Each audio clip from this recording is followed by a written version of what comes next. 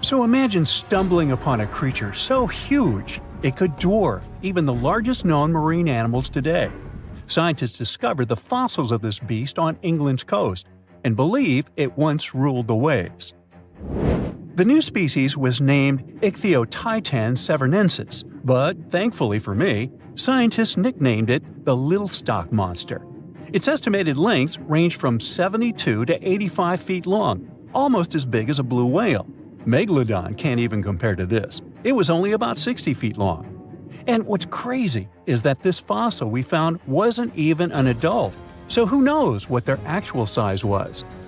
The first piece of the Little Stock Monster was discovered in 2016 in the Westbury Formation. Researchers found a 3-foot-long jaw part that belonged to an unknown species. For years, this single fragment had been driving them crazy because they had no idea what that animal was. Then, in 2020, a miracle happened, of sorts. A father with his 11-year-old daughter found the second piece of fossil on a beach. This discovery led to more findings. Finally, in 2022, the last piece of the literal jaw puzzle was found, buried along the Somerset coast. This leviathan belonged to the Shastasaurid family. Both the Little Stock Monster and other Shastasaurids had one ancestor, so all the species in this family are super similar to each other.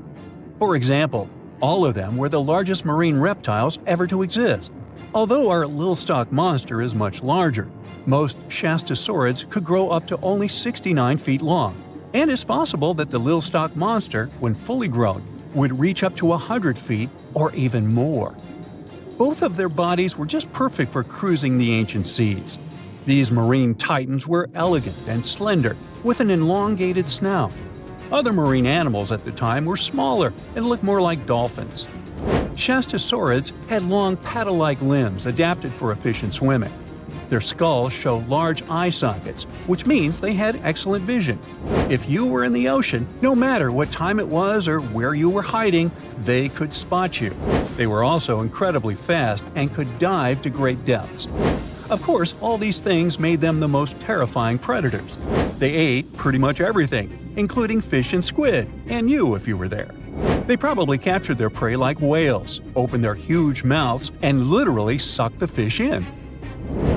What made the Little Stock Monster especially scary is that it wins in the jaw competition. For other Shastasaurids, their jaws were a bit weaker, so they hunted smaller fish, kind of like today's orcas. They required vast amounts of food. This shows us that the Earth's Triassic oceans had rich, productive food webs. But the Little Stock Monster has this unique feature. It could open its jaw almost 90 degrees upwards. It also had tons of powerful muscles around. Its jaws were horrifyingly strong.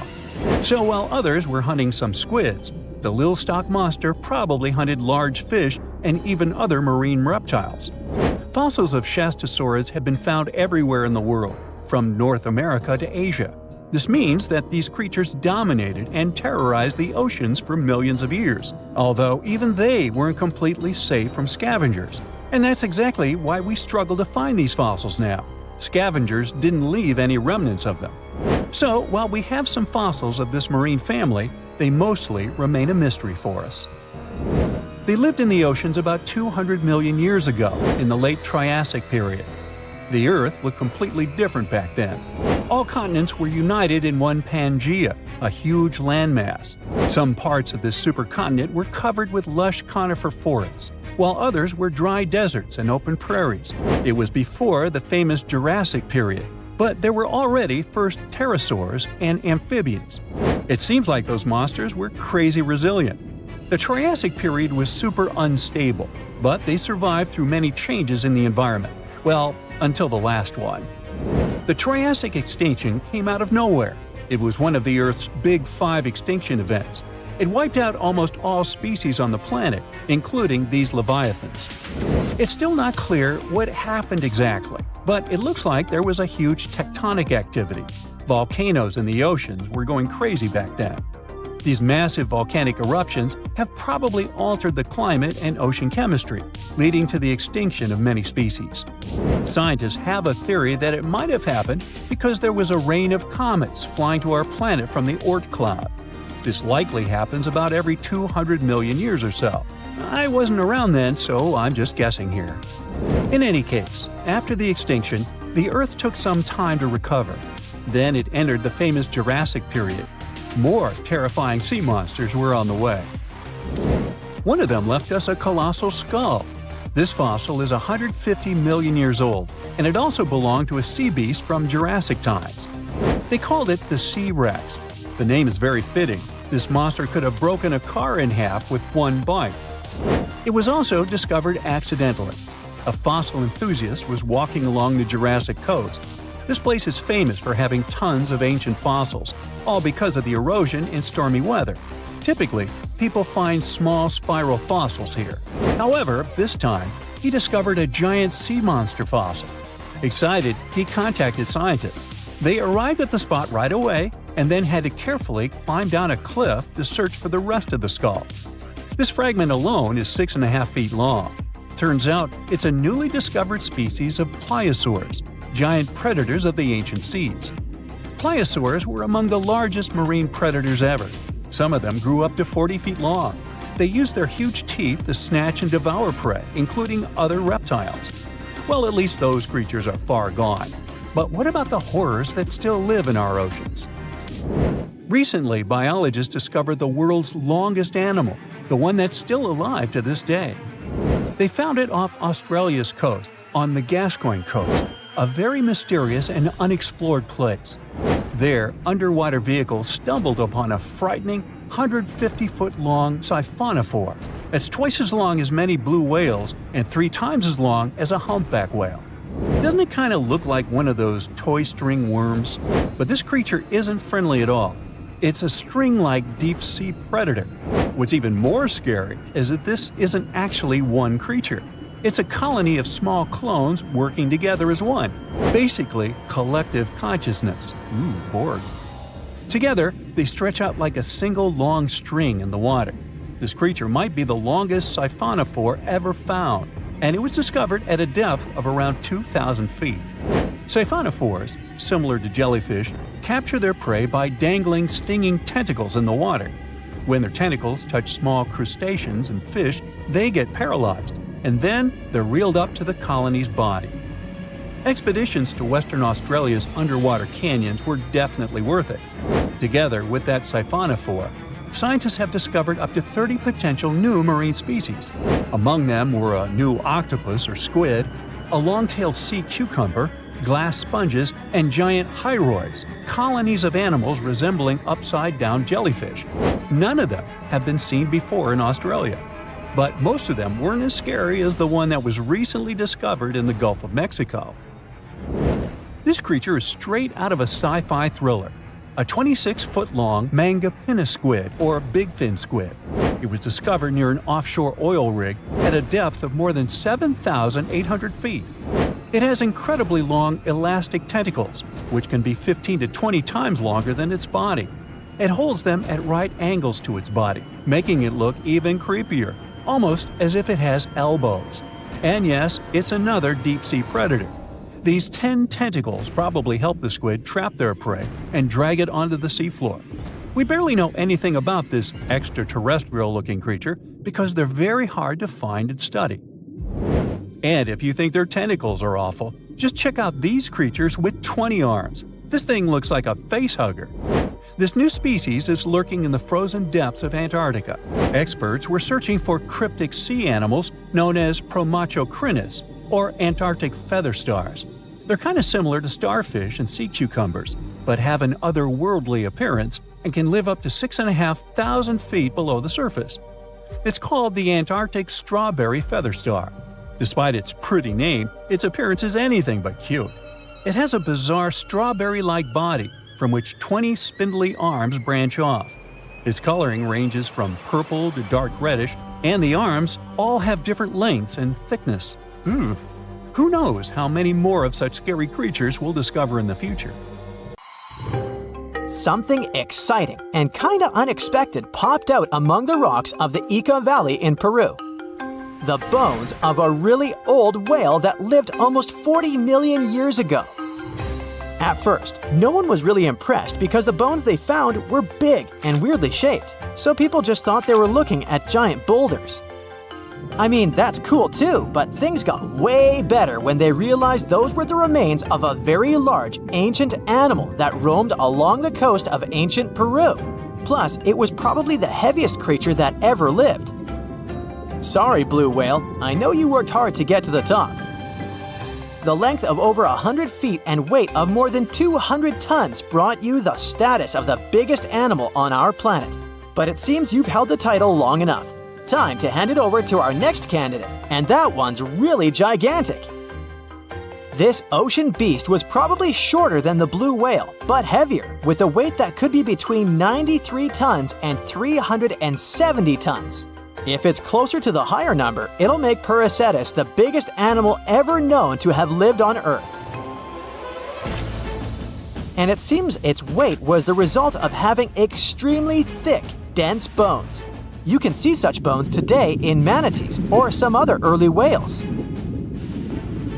Dense bones are a great tool for such marine mammals. This feature makes them heavy and allows them to stay submerged most of the time. But at the same time, if their body was too heavy, they would end up sinking all the time and they would waste too much energy to move back up to the surface.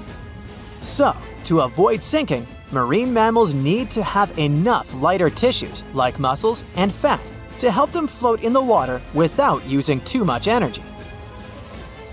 Now, scientists didn't have the whole skeleton, which makes it hard to tell how big the animal was, but they used the ratio of the heavy bones to the lighter tissues in other marine mammals to estimate the overall weight of this giant ancient whale. Experts found these fossils about 13 years ago and spent the next decade freeing the whale from the rock. Its anatomy and age showed this whale was a cousin of Basilosaurus, a whale that had a long snout full of sharp teeth, and a sleek body similar to that of an eel. Even if Perseus wasn't bigger than the blue whale, it was still a giant that ruled the ocean depths. Unlike modern whales, there's a possibility that this ancient fellow was a predator that liked to go after bigger prey. And this also changes how we see the history of whales. Scientists used to think these magnificent creatures became really big about 5 million years ago when they started eating lots of small creatures. But here's the proof that giant whales existed even before that. But it's still unclear how this whale managed to find enough food to sustain its enormous body. Plus, it's still hard to tell what exactly this ancient creature had on its menu. It was pretty large and not such a fast swimmer, so it's possible it searched for food in shallow waters. Then it probably ate crustaceans, clams, or some other small animals hiding in the sand. One theory says it was a scavenger, which basically means it munched on remains of everything that would come its way.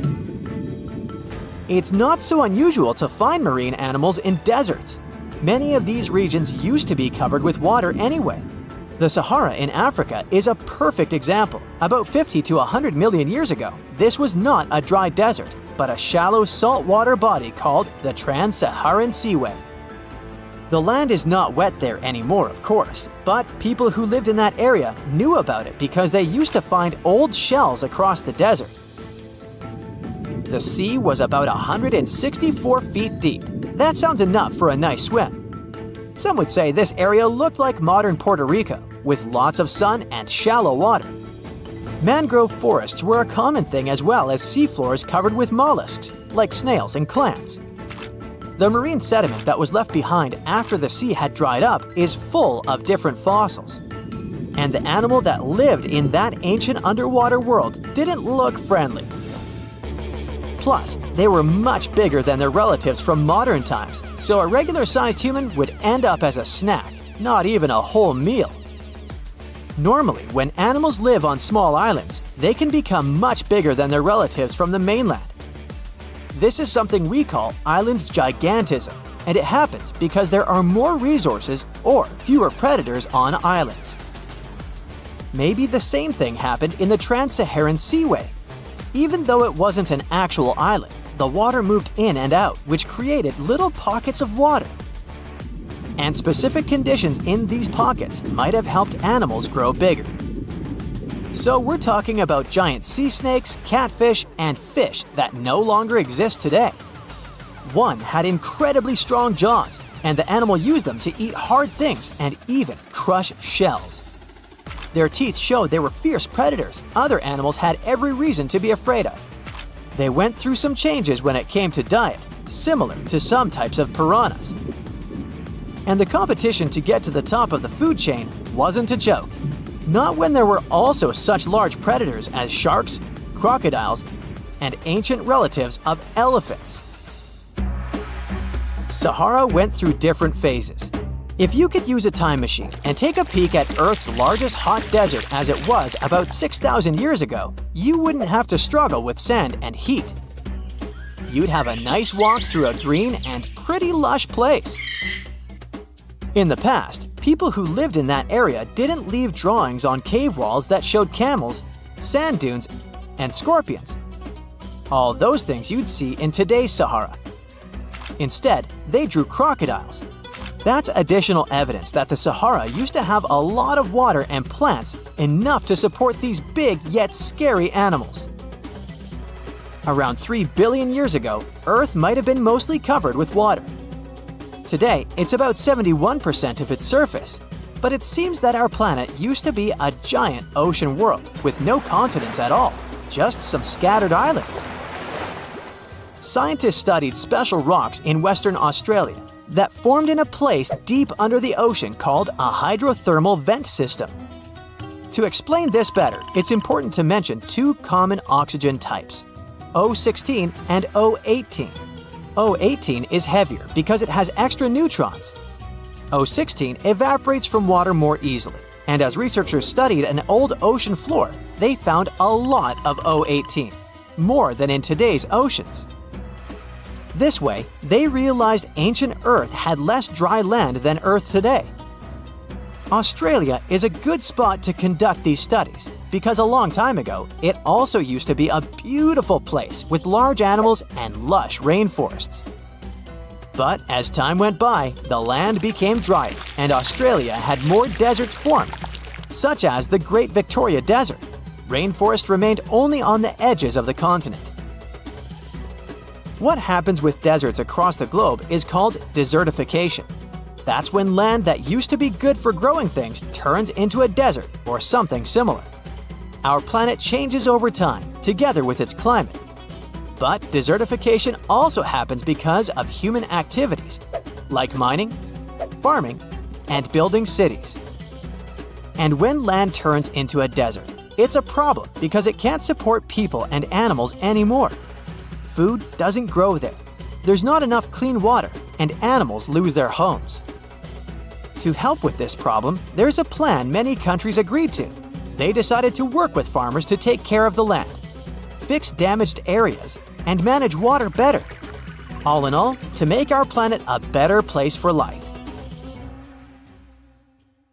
There are entire communities of unusual tiny organisms that live in lagoons in Patagonia, and they are some of the first forms of life ever. No one had known about them until two scientists, Brian and Maria, went to explore certain areas in Patagonia. Now, Patagonia occupies nearly half of Argentina, and few people live there, only some farmers and sheep ranchers that mostly stay near rivers and grow things such as apples, pears, and alfalfa. A long time ago, it was a wild and distant place where Indian tribes lived. But this time, we're going to follow the tracks of life forms that appeared long before humans and look closer at these interesting microorganisms Brian and Maria found. Those two had to drive for 9 hours on some rough roads to reach their destination. They stayed in a small village. Only 35 people live there. These people depend on just one spring because it almost never rains there. On the last night in the village, Brian realized that satellite images he had taken had shown a set of lagoons that were only 10 miles away. The next day, the small team jumped into a car and went up the road as far as they could until it became too difficult to drive. They continued hiking the rest of the way. It was hard because they had to carry water to deal with the intense sunlight. In some spots, they ended up sinking up to their knees in a slush made of salt. Up there were 12 lagoons with perfectly clear waters. The place itself didn't offer much except for very acidic and salty water and intense direct sunlight. But it was kind of like traveling back in time, because those conditions were like what Earth looked like many, many years ago. When Brian examined the lagoons, he was surprised to see many unusual microorganisms there. We call them stromatolites, and they're so small we can't even see them without a microscope. But they get together and form large communities. In the past, many unusual species lived this way. For example, cyanobacteria. They were important back in their time because they produced oxygen. Earth, in its initial stages, didn't have much of this gas in its atmosphere. The first stromatolites might have been formed by diverse types of bacteria that didn't necessarily produce any oxygen, but were just living their peaceful life there. They formed layers, piling on top of one another, so that at least some of them could get a bit of sunlight. They used sand and sticky liquids to stay close together. Brian was also incredibly surprised because those were the biggest living stromatolites he had ever seen. Living stromatolites usually grow to be over 3.3 feet high, but the newly found ones were 15 feet wide and a few feet tall, which is giant compared to those living in other places. And fossilized ones were even larger. A long time ago, they could grow bigger than today because there weren't many other species that could eat or harm them. Also, there are many other organisms today that can grow faster and more massive than them and take up their space. That's why stromatolites can only survive in rare places where hardly anything else can live, like in these very salty lagoons located high above sea level in Punta de Atacama. The stromatolites found there are the most famous ones because they might be some of the best examples of the earliest life on our planet. But they're not actually the first form of life on Earth. The oldest of their fossils are 3.5 billion years old, while some other evidence we have tells us that life on our planet appeared around 4.1 billion years ago. Maybe some stromatolites lived back then as well. But Earth has changed a lot since then, and the places where they might have lived haven't survived. Now, all this may not seem like a lot at first glance, because no one has found an exotic and weird beast our world has never seen. But these are notable examples of what searching for life somewhere else in the universe might look like. Scientists who are interested in studying Mars often come to this place, since it might be similar to what the red planet looked like an exceptionally long time ago. If there were fossils hidden in the ancient rocks on Mars, they might look like these stromatolites. Another faraway land has revealed some of its secrets. It's Antarctica, with an ancient lost world found under its ice. Antarctica hasn't always been this frosty, isolated land of snow and ice sheets. Once it used to be part of the Gondwana supercontinent, together with what is now South America, Africa, Australia, the Arabian Peninsula, and the Indian subcontinent. But at some point, it split off and went to build a life on its own. It formed as other landmasses started to move away, which created its coastline. But Antarctica was different in many other ways back then too. It used to be a land covered in magnificent forests and rivers full of life. Scientists use radar and satellites to explore a mysterious world hidden under the ice there. This ancient land, which is close to the Indian Ocean, is as big as the U.S. state of Maryland or Belgium. It's more than 14 million years old. Some studies say that this area formed over 34 million years ago, which was way before Antarctica got into its deep freeze. At first, temperatures there were higher, possibly like the weather in Patagonia or the cold, temperate rainforests of Tasmania, New Zealand, or maybe even more tropical than that. But as the climate became cooler, small glaciers started forming on hills close to the rivers. Valleys sunk deeper because of all that ice covering them. And then, temperatures dropped even lower, and a giant layer of ice covered the entire continent, hiding those old glaciers. Rivers shaped this lost world a long time ago, way before it ended up covered in ice that's almost 2 miles thick in some spots. Scientific studies of this area showed that those landscapes had been full of highlands and mountains. The ice that formed over Antarctica made the whole area very cold, so the landscape couldn't erode anymore. This means everything has remained basically the same and untouched under the ice for millions and millions of years. What's interesting is that we know less about this land hidden under the ice than about the surface of Mars. One way to explore it would be to drill through these ice sheets to check for samples of sediments below. They could tell us more about the ancient flora and fauna frozen underneath. It's not a new method. A similar method was used to collect 2-million-year-old samples in Greenland. Australia has a secret world too.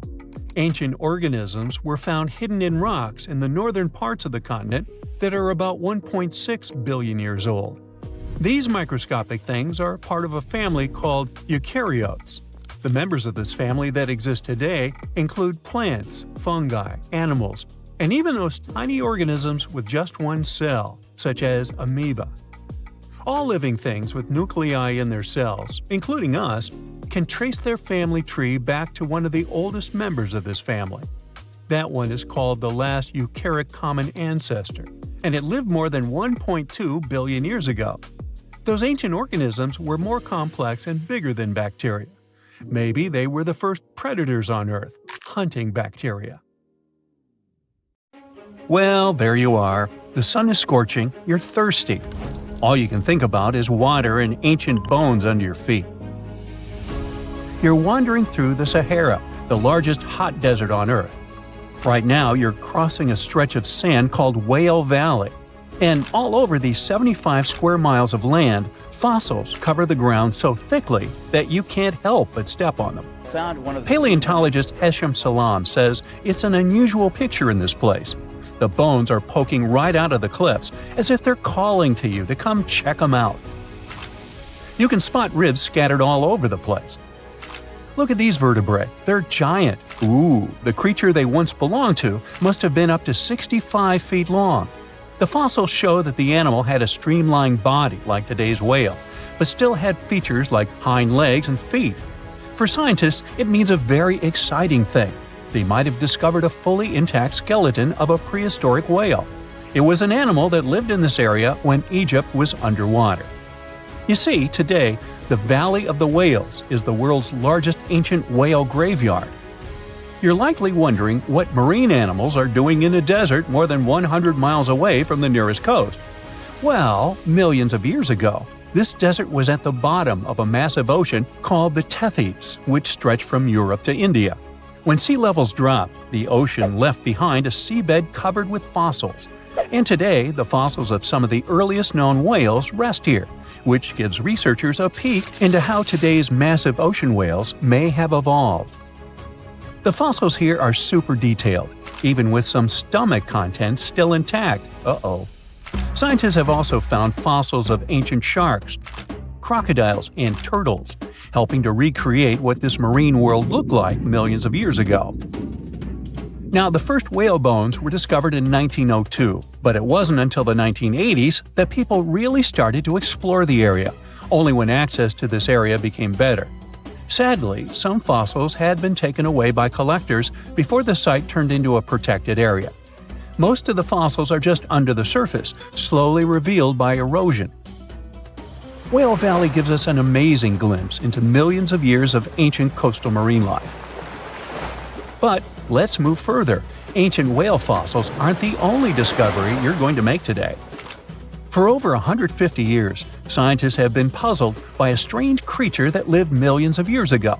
But now, thanks to some amazing fossils found in Morocco, they've finally figured it out. Look at them. These creatures are called blah blah blah. Nah, I'm kidding. Stylophorans. They look like flattened armor with a long arm sticking out. Researchers discovered these creatures in 2014 and were shocked. The fossils dated back around 478 million years. They found around 450 specimens, and to their surprise, some even had soft tissues preserved, which is super rare. Before this, they only knew stylophorans from their hard parts. Originally, scientists thought these creatures were good old echinoderms, animals like sea urchins and starfish. But new discoveries prove that they had a core body and feeding arm similar to modern starfish, complete with a water vascular system to help them move and eat. This finding ends a long debate about where stylophorans fit in the animal family tree. Now we know they're related to echinoderms, but are more advanced because they don't have the typical 5-ray symmetry. Ooh, come here and look at this giant fossil. It was found in the Sahara and gave scientists new insights into the Spinosaurus, the largest carnivorous dinosaur we know about. These 95 million-year-old remains also confirm that it was the first known swimming dinosaur.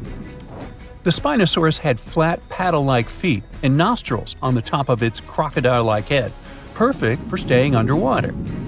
It was a pretty weird dinosaur with a long neck, trunk, tail, and a 7-foot sail on its back, so it must have spent a lot of time in the water. At over 50 feet long, Spinosaurus might have been even larger than T-Rex. The first Spinosaurus remains were discovered about 100 years ago in Egypt, but only this new fossil, found in Morocco, helped scientists reconstruct this dinosaur for the first time. Researchers paid attention to the creature's shorter hind limbs and wide claws. These features point to adaptations for life in the water. Its snout and dense bones also suggest it was a swimmer, while its spiked tail likely attracted mates. Hey, good looking, come here often? And here's another astonishing find made in Tunisia, the remains of Machimosaurus rex. Now, so far it's believed to be the biggest crocodile ever. This ancient croc was about 32 feet long and weighed around 66,000 pounds. It was a top predator around 130 million years ago, and its skull was over 5 feet long. Now, this discovery is a big deal because it shows that these crocs stuck around longer than we thought. Before this, scientists believed that they disappeared during a minor extinction event between the Jurassic and Cretaceous periods. Now, let's go back to the fact that the Sahara was once underwater, and some of the largest sea creatures ever lived there. A study published in the Bulletin of the American Museum of Natural History speaks about an ancient body of water called the Trans-Saharan Seaway. It existed between 150 million years ago, covering parts of Western Africa. Scientists spent 2 decades trying to recreate this prehistoric underwater world. They found it was warm and shallow, home to some pretty terrifying creatures, including 5-foot-long catfish and 40-foot-long sea snakes. Yikes! The seaway was cut off from larger oceans for long stretches, which may have helped these predators grow larger because resources were always available. It's a classic case of evolution at work, leading to what scientists call gigantism in isolated environments. But all that water didn't just disappear with no trace. Under the sands of the Sahara, scientists have discovered a massive ancient lake, which they're calling a megalake. Makes sense? This lake formed around 250,000 years ago when the Nile River flooded the eastern Sahara. At its biggest, this lake covered over 42,000 square miles. It's about half as big as Kansas. They also found evidence of a smaller lake, 93 miles west of the Nile, at a slightly lower level and covering 18,600 square miles. All of this adds to growing evidence that once, North Africa had many lakes that might have created migration routes, helping early humans move across the continent. Now, in the Sahara, you can find not only fossils of bizarre animals. In May 2020, some weird rocks with greenish crystals were discovered in a sandy region in southern Algeria's Sahara Desert. When scientists checked them out, they found out these rocks weren't from Earth. They were actually pieces of a meteorite called Erg-Chek 002. This meteorite is super old, like the oldest volcanic rock ever found. It melted ages ago in the fiery heart of an ancient protoplanet that no longer exists. Researchers had recently published a study in Nature Communications, revealing that they have analyzed lead and uranium isotopes in Erg-Chek 002 and found out it's more than 4.5 billion years old. Another cool discovery made in the Sahara is quite unexpected. A few years ago, scientists found what they think are the world's oldest colors, and they're bright pink. These pigments were uncovered from rocks that are around 1.1 billion years old in the Sahara Desert. The colors came from microscopic organisms, as animals didn't exist back then. The discovery was made by a PhD student who crushed the ancient rocks and analyzed the pigments. These pink pigments are actually ancient chlorophyll from photosynthetic organisms that lived in an ocean that's long gone. Researchers are now sure that this finding could help explain why larger, complex creatures showed up much later in Earth's history. Before these colors were discovered, scientists didn't know what was missing in the food chain that delayed the evolution of larger animals. Now they understand that tiny cyanobacteria were at the bottom of that chain. Apparently, this discovery is not just about finding some old pink stuff. Scientists believe it's a breakthrough in understanding the history of life on Earth. The ancient city of Taposiris Magna is hidden on the northern coast of Egypt. These days it has very little of its former glory, but what lies beneath it may hold the secret to uncovering a famous mystery, that of Cleopatra, the most memorable Egyptian queen in history. The recently discovered tunnel is also known as a geometric miracle for its time. Excavations have uncovered a 43-foot-long structure below the ground, which is partially submerged in water. Its shape and construction technique are similar to that of the Eupalinos tunnel, another amazing ancient discovery. This one is located in Greece and was built by excavating simultaneously from 2 points, aiming to have them meet in the middle. The use of math and geometry to make this construction was astonishingly precise for those days, more so since it was built near a mountain. Archaeologists that have been working on the Taposiris Magna site since 2004 believe this tunnel may lead to the lost tomb of Cleopatra. The clues they found so far seem to back up this theory. For starters, the city and its temple were built by one of Cleopatra's ancestors, Ptolemy II. All the architecture seems to indicate it was dedicated to the ancient spirit Osiris and his queen Isis. Throughout her reign, Cleopatra did try to associate herself with Isis, so it may be no surprise she chose this location as her final resting place. Scientists have yet to pinpoint Cleopatra's tomb, but research continues with the help of modern technology. To study this location better, archaeologists have even used a special device called ground-penetrating radar. This tool allows us to analyze what lies beneath the ground without being intrusive. Since this tunnel is so old, research needs to be done very delicately. Seeing pictures of what's underground before you start digging is incredibly useful and has been done here since 2011. Finally discovering Cleopatra's tomb may help us piece together her story, especially what might have happened during the last portion of her life, which is still surrounded by mystery. We still don't know the exact cause of her passing. Some believe she may have let herself be bitten by a poisonous Egyptian cobra. Others have suggested that she was well accustomed to toxic substances, even hiding some in her hairbrush in case she ever needed it. But that's not to say she chose to use it on herself. We do have a lot of other interesting information on Cleopatra that's equally as impressive, like the fact that she had a stylist. Most of the images you've seen depicting this famous queen show her wearing black eyeliner. This look was put together by Airas, a woman known to have been her personal beautician.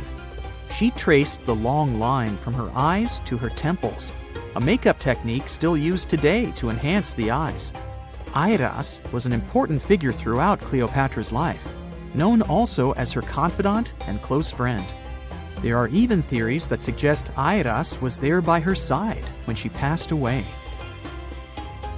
Despite her well-thought-out looks, Cleopatra wasn't as pretty as she's described.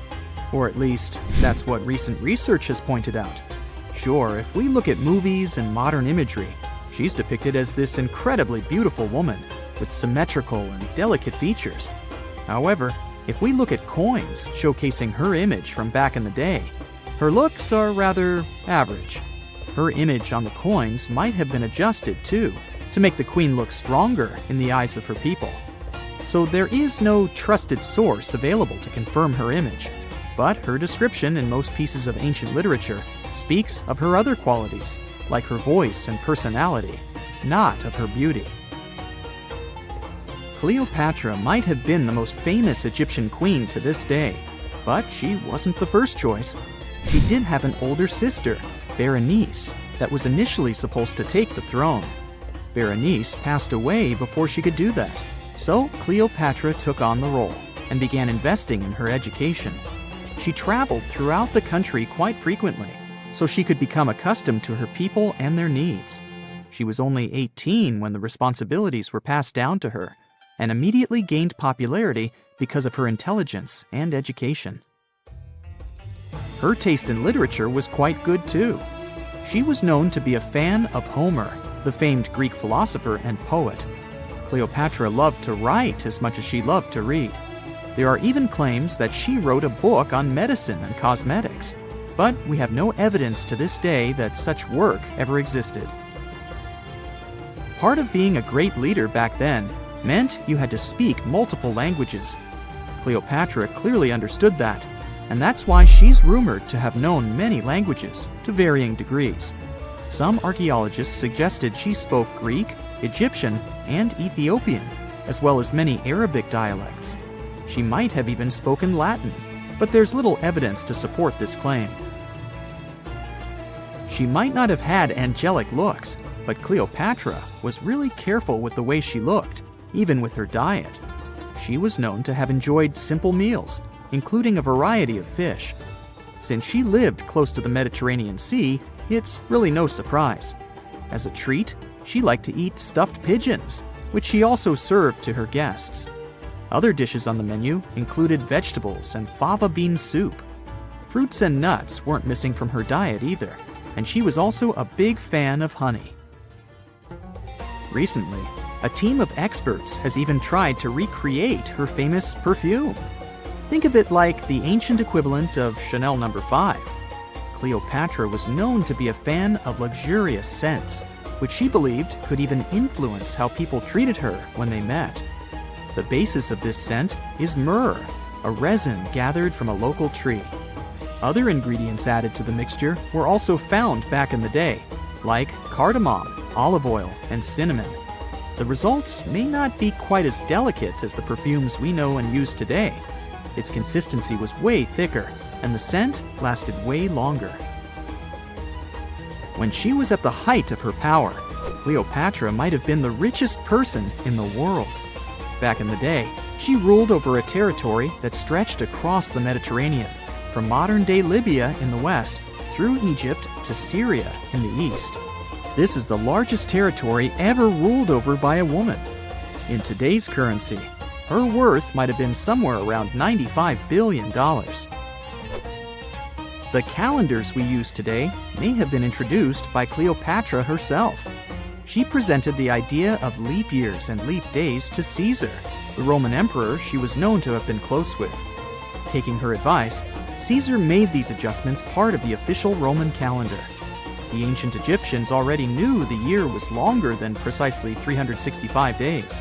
They discovered this by studying the brightest star in the sky, called Sirius, and concluded that a year is actually 365 1/4 days long. It was Elizabeth Taylor that famously introduced Cleopatra to pop culture when she played her in the 1963 film bearing the same name. Up until that point, it was the most expensive film ever made. It was originally supposed to cost somewhere around $2 million, but ended up costing a mind-boggling $44 million. That's mostly because of script and production issues. To make this iconic movie, producers created 79 sets from scratch, as well as over 26,000 costumes for the cast. Elizabeth Taylor's Cleopatra costumes alone cost somewhere around $200,000. Thankfully for the producers, the movie made headlines and was well received by critics, making it a box office success. A lot of people associate Cleopatra with another famous Egyptian ruler, King Tutankhamun, nicknamed King Tut. Surprisingly, apart from both of them being Egyptian pharaohs, they have nothing else in common. For starters, King Tut lived around 1,300 years before Cleopatra did, and there is also no connection regarding their ancestry. Cleopatra had Macedonian Greek roots, while King Tut was a native Egyptian. secant, cosine, tangent, sine, 3.14159. Yeah, that was the cheer we heard coming from the trigonometry club back in the day. For the rest of us in math class, terms such as sine, tangent, and pi were just bewildering. Who invented these and why? Was their only purpose to make it harder for students? Well, not quite. Trigonometry was invented by the ancient Egyptians. They needed this knowledge to construct pyramids, and they did a pretty good job too. The Great Pyramid in Giza still stands today, some 4,500 years after it was built. No recalls either. So let's get out of that classroom and on a journey through time to reveal the secrets behind the ancient Egyptians' precision. Here you are, standing on the Great Pyramid's construction site, some 9 miles from Cairo. Well, the city still isn't there, as you're surrounded only by the desert and teams of construction workers. They're transporting large stone blocks weighing 2.5 tons each. They're inside a wooden sled that sits on large rollers. A crew of 8 men rolls these blocks along the ground. You immediately think of the rollers on a supermarket cash register. The principle is exactly the same, but the scale is greater, much greater. Scientists estimate that the Egyptians used 2.3 million such blocks in the Great Pyramid alone. And the block in front of you is one of the lighter ones. The heaviest of them weighed up to 15 tons. But where did all these blocks come from? Most of them originated from quarries around Giza. It's not that impressive, you think, but wait until you hear how ancient engineers transported the granite used in construction over 500 miles to the pyramid. There were no railways or highways back then, but the mighty Nile was always there. Researchers even believe that the Egyptians dug a canal to connect the Nile directly to the pyramid's construction site. All they had to do then was to wait for the flood season to begin, and voila! The rising water levels floated the heavy stone blocks for them. But how did they lift the enormous stones on dry land to stack them up to the top? Did they use oversized cranes? Well, ancient Egyptians worked around this problem, literally speaking. One of the workers is now pointing to the giant ramp going around the pyramid they're building. This is how a mountain road zigzags its way to the top. If the ramp went directly to the top of the pyramid, then workers couldn't pull the stone blocks along it. It would be too steep. Scientists have calculated that 8% could be the maximum incline. So ancient Egyptians just extended the ramp around the pyramid. Again, these are all theories, as the ramp could have been inside the pyramid, as some researchers suggest. The exact building method is still a mystery, guarded by the Sphinx. That's its real name, right? Wrong. As the Great Sphinx is just the statue's alias. You know, the name writers take when they want to hide their true identity, or a singer's stage name. The Sphinx's real name, translated from Egyptian, means Horus in the horizon. That was the name for the Egyptian deity of the sky. The trail of mystery doesn't end there, as a man walks past you with a bucket of paint. He's going to add a touch of color to the Great Sphinx. Researchers found specks of this red color next to its ear. That was some strong paint, as it survived for thousands of years. You are now standing straight in front of the Sphinx. You look up. It's very tall, right? 66 feet to be precise.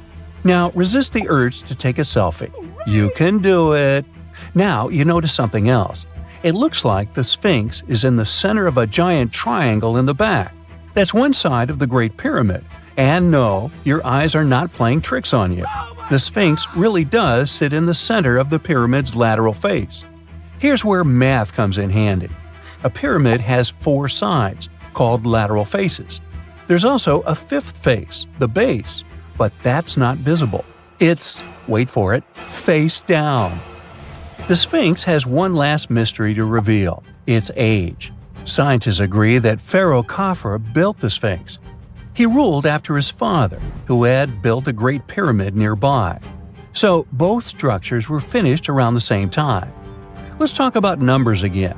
You've heard of Cleopatra, the Egyptian princess described as a woman of great beauty. Hello? She saw the pyramids, but she lived closer to the time of the first iPhone than the time of the people who built the pyramids.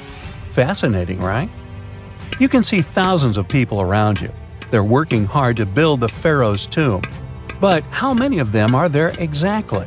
One Greek philosopher estimated there were as many as 100,000 workers. Seems like an okay number for such an enormous structure, but it can't be true. Science simply can't back up this number. Egyptologists put the total number of workers at 30,000. And yes, Indiana Jones was one of them, at least on the big screen, but he showed up late. Egyptologists know a lot about the pyramids, but not everything. Not because they don't want to, but because they haven't yet dug up enough evidence. They can only guess how the building process went. First, engineers would arrive to choose the right spot and do the necessary measurements. That's why they needed all that complicated math. Then, it's time for sourcing the material, the large stone blocks I mentioned earlier. When boats deliver them to the site of the future pyramid, workers can finally do their thing. They operated in smaller groups, but there were at least 2,000 of them chiseling and carving away at any given time. Sounds like a typical construction site today? Well, that's because it is, just thousands of years ago. It's amazing what ancient Egyptians were able to achieve with just copper and stone tools.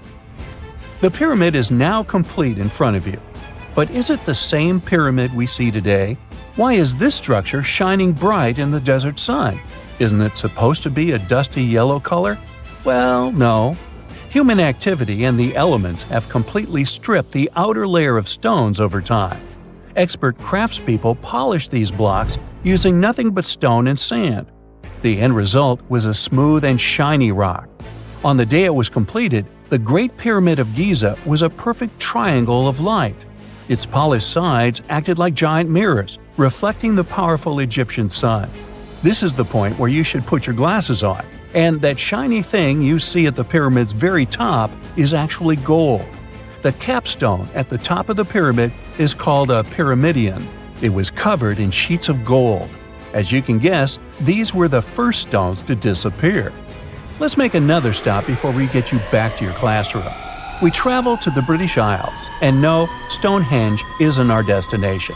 It is Newgrange in County Meath. Scientists estimate that the ancient peoples of Ireland built this stone monument around the year 3200 BCE. This makes it older than both Stonehenge and the Great Pyramid in Giza.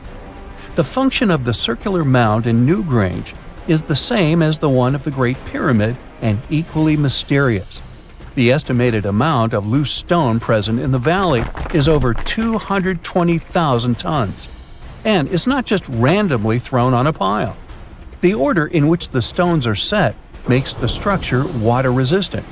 That would explain how Newgrange had survived for so long. Kinda makes you want to splash out the cash for that waterproof phone case, huh? Well, you're back in your school desk, but today's math lecture is the last thing on your mind. You're thinking about how great the Egyptian pyramids are, and if we have something similar today. It turns out modern engineers are just as impressed with the Great Pyramid as you are. There's a glass pyramid sitting in the main courtyard of the famous Louvre Museum in Paris. The panorama of San Francisco wouldn't be complete without the 48-story Transamerica Pyramid. But Las Vegas went the furthest. There we find the Luxor Hotel. It's so big that it's the third largest pyramid on the planet. And guess what's in front of it? Yup, a replica of the Sphinx. It's 110 feet tall, 2 stories higher than the one in Giza. Yeah, everything's bigger in Vegas. In November 1922, a boy walked through the desert mountains of Egypt and discovered some ancient steps carved into the rock. Subsequently, this find became one of the world's largest and most significant archaeological discoveries. This step was part of Tutankhamun's untouched tomb. Archaeologists found about 5,000 ancient objects, including jewelry, fabrics, painted vases, and funeral masks. You've probably seen one of them. It has become one of the most recognizable attributes of ancient Egypt. More than 100 years have passed since then, and now humanity has finally become close to another large-scale discovery, the tomb of Cleopatra. This queen was the last active ruler of the Ptolemaic Kingdom of Egypt, who sat on the throne from 51 to 30 BCE. There are many ancient records about Cleopatra, her reign, and her unusual personality, but until now, no one has discovered the secrets about her passing away in the burial place. So, one archaeologist, Dr. Kathleen Martinez, has been studying ancient records and temples around Alexandria for decades and concluded that the tomb of the queen should be located under the ancient city of Taposiris Magna, founded in 280 BCE. It was a big city on the northern coast of Egypt where tens of thousands of people were engaged in trade and industry, and it seems that Dr. Martinez's guesses turned out to be correct. She and a group of archaeologists have discovered a secret underground tunnel near Alexandria with a length of about 0.8 miles. It was cut into the rock under Taposiris Magna's temple. During further excavations, they found many things that indicate Cleopatra's tomb lies in the tunnel's depths. It's also possible that she is buried there together with the Roman commander, Mark Antony.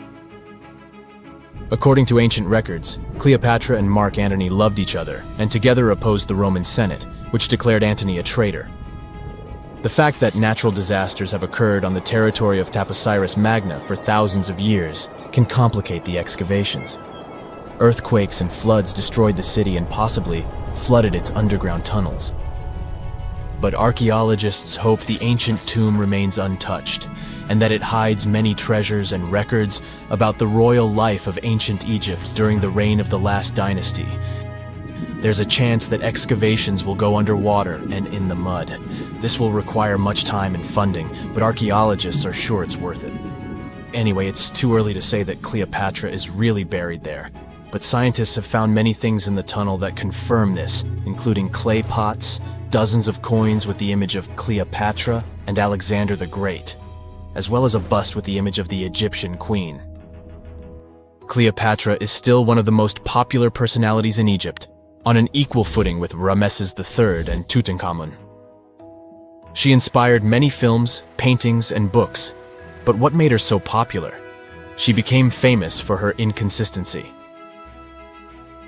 She was a beautiful, intelligent ruler who pulled Egypt out of the crisis and made it a prosperous power. Medieval Arabic texts say she knew chemistry, mathematics, and philosophy, and may have written several scientific books. She knew several languages and had excellent diplomatic skills. At the same time, there are many legends that she was a femme fatale who drove many men crazy. However, there's no evidence that her beauty was incomparable. The image of a stunning model was created by Hollywood when it made several films where famous actresses performed the role of Cleopatra. And the Roman Emperor Octavian, the adopted son of Julius Caesar, specially created the image of Cleopatra as an insidious seductress because he was her enemy. Even though she was born in Egypt, Cleopatra wasn't an Egyptian. Her ancestors were Greeks, among whom was one of the generals of Alexander the Great. However, the people of Egypt loved her. She learned the language and was very sensitive to the traditions of this country. She knew the history, mentality, and customs of ancient Egypt well. She raised the level of its economy and strengthened its status as a world power. Much of this was made possible thanks to her cunning and impressiveness. She loved theatrical performances and lavish celebrations. She knew how to surprise people and put on a show. But behind the exterior image of a luxury lover was an intelligent and calculating ruler. Ancient Egypt was a rich, luxurious country, and Cleopatra did everything to increase its wealth and strengthen its position in the international arena. For example, she was once in conflict with her brother Ptolemy XIII Odd. The queen knew that she wouldn't be able to resist him, so she decided to attract Julius Caesar to their side.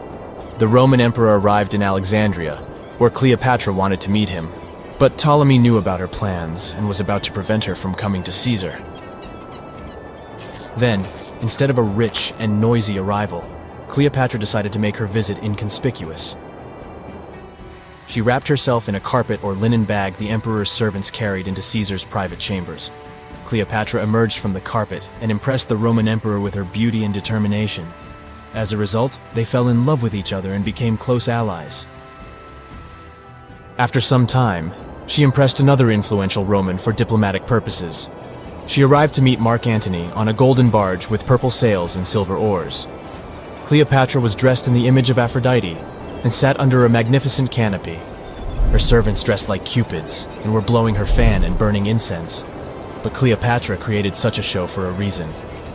She knew that Antony revered Greek mythology and considered himself the embodiment of Dionysus. As a result, he was so impressed with this woman that he ended up marrying her. Cleopatra defended her crown, strengthened her alliance with Rome, and bore Antony 3 children. In Egypt, they threw big parties and enjoyed wealth with power. However, the relationship of a high-ranking official with the Egyptian queen caused a scandal in Rome. Octavian was Antony's primary opponent in the struggle for power, so he exploited the situation to darken the competitor's reputation. He used propaganda to make Cleopatra an insidious seductress in the eyes of Roman citizens. He accused Antony of succumbing to her charms. The Roman Senate supported Octavian and declared Cleopatra an enemy. In 33 BCE, this conflict reached a high point when Antony's navy clashed with Octavian's fleet. The latter won and forced his enemy to flee to Egypt with Cleopatra. According to some records, they took refuge near Alexandria. Pursued by the Romans, they hid in one of Cleopatra's palaces and met their end. Some legends say that Cleopatra was an expert in poisons. She provoked a venomous snake, a viper or an Egyptian cobra, to bite her. Also, according to another legend, she pricked herself with a poisonous needle. There's a theory that Cleopatra always carried an ampule with poison inside her hairbrush. And when she was cornered, she soaked the needle with this poison and pricked herself. None of this can be said for sure. Scientists are still trying to find out the truth. Perhaps when they reach Cleopatra's tomb, the world will get more answers about her tragic fate. She is considered the last ruler of Egypt. After her passing, Octavian plundered her palaces and temples and returned to Rome, where he became the main emperor. He successfully ruled the country and expanded its borders. His reign ended when he turned 75. World history would have looked different if Cleopatra and Mark Antony hadn't lost that naval battle. By the way, did you know that more time has passed between Cleopatra's reign and Neil Armstrong's flight to the moon than between the reign of the Egyptian queen and the construction of the Great Pyramid of Giza? Armstrong took a step on the Earth satellite in 1969, 38 years after the birth of Cleopatra. And the construction of the pyramid took place in 2560 BCE. Imagine how long the history of ancient Egypt is. Cleopatra is closer to us in time than to the pyramids. Scientists have recently discovered Leonardo da Vinci's hidden passages under a medieval castle in Italy. They followed a newly found 15th century sketch by the creator of the Mona Lisa and found one of the unexplored architectural wonders from the age of the Renaissance. Construction of the Sforza Castle started back in 1358, but it was destroyed about a century later during a local crisis. Then, in 1450, Francesco Sforza, the Duke of Milan, decided to rebuild it on the old ruins. After he passed away, his son Ludovico took over and kept improving the castle. He brought in some of the best artists of the time, including Leonardo da Vinci, to decorate its walls. We can still see Leonardo's frescoes today in the Room of Wooden Boards. While he was working at the castle, da Vinci also recorded some historical underground passages hidden beneath the outer wall. The drawing, dated between 1487 and 1490, was found at the Institut de France in Paris. The sketch is highly precise, and it proves that Leonardo was really interested in fortification design and was great at documenting existing structures. Historical records show that Ludovico ordered the building of an underground passageway that led straight to a basilica, where his wife was buried. Ludovico married Beatrice in 1491, and they had a happy but tragically short marriage, as Beatrice passed away while giving birth in 1497. The Duke locked himself away for weeks, grew a beard, and wore only black clothes while he was mourning his beloved wife. The secret tunnel may have stretched over a half a mile and would let Ludovico visit her grave in private. It could have served as an escape route if the castle was ever under siege. The existence of the tunnels remained one of the mysteries of the Renaissance for years, as no one knew for sure they were there. But now, scientists finally uncovered the secret history. They used a combination of ground-penetrating radar and laser scanning to build up an accurate 3D model of all the structures under the castle. They found the tunnels Da Vinci alluded to in his drawings, and it looks like they may have only been a small part of a whole system of historical underground passages. The goal is to create a complete digital twin of the castle that will not only show all the preserved constructions, but also the ancient ones that are no longer visible. They also plan to add augmented reality to the virtual paths to let visitors discover Leonardo da Vinci's hidden passages. Now, we don't know if the genius actually took part in constructing the hidden passages that scientists recently discovered, but we do know about some other Leonardo da Vinci inventions. He created the first satellite-like map in 1502, long before photography or satellites were even a concept. A famous figure in Italy, Cesare Borgia, invited Leonardo to a small town called Imola, near Bologna, to create a highly detailed map for him. Back then, maps were not very precise, as no one had figured out how to show exact distances on a smaller scale. Instead, people spent a lot of time decorating them with dragons, roses, fancy castles, mountain ranges, flowers, and other artistic details. These maps look more like beautiful paintings meant to be displayed, rather than practical tools for navigation. But Cesare Borgia wanted something truly functional, and Leonardo managed to create something revolutionary in the field of cartography. If you compare satellite images of Imola today with Leonardo's map, the similarities are striking. He captured every alley, curve of the streets, roadways, and even the exact sizes of the buildings. And he did it all by hand, using just a pencil, ruler, compass, and several of his own clever inventions. To gather all the necessary data, the genius walked through the streets for weeks using a large wheel that spun as he moved, recording the distance with a cable. Using the magnetic compass, he determined precise directions. He also developed a tool called the bussola, which measured angles inside a circle. With this, he could track the exact turns of each street and the size of the intersections. He figured out the distances between houses and major roads. Then, back at home, he used his notes and calculations to draw the map to scale with incredible precision. In his work, Da Vinci also used a technique developed by Florentine humanist Leon Battista Alberti. He created a mapping method where you could place an entire city inside a circle using polar coordinates. At the center of the city, 8 straight lines met, representing the main directions of a compass. Leonardo used this system to divide the town into 8 sections. He didn't overlook even the smallest buildings, which made his map one of the most advanced of its time. The Italian genius had a big dream to build a machine that could let people fly. He studied how birds, bats, and kites move through the air and designed a special flying machine. He believed that if he could copy their movements, humans might be able to soar like them. Da Vinci's design looked a lot like a bat, with 2 large pointed wings that stretched over 33 feet wide. He planned to build the frame from lightweight pine wood and cover it with raw silk to make it strong but not too heavy. The person flying it would lie on their stomach on a wooden board in the center. To make the wings flap, the pilot had to pedal a crank with their feet, which was connected to a system of rods and pulleys. There was also a hand crank for extra power and even a headpiece to help steer. As the person moved their hands and feet, the wings would flap and twist, just like a bird's. But there was one big problem. Humans aren't strong enough to make the machine lift off the ground. Even though it might have worked once in the air, there was no way for a person to get it flying on their own. Leonardo probably realized this, but his amazing idea still inspired flying machines that came centuries later. Da Vinci was way ahead of his time with many of his inventions, but his idea for a humanoid robot was especially futuristic. He was working under the patronage of the Sforza family, the one that had those ancient tunnels of Italy built. The genius designed a mechanical knight that could move its arms, turn its neck, and even open and close its mouth. Da Vinci had good knowledge of anatomy and the mechanics of body movements that helped him. His unusual creation used an external system of cables. A hand crank set it in motion, and there was also an internal gear-driven mechanism.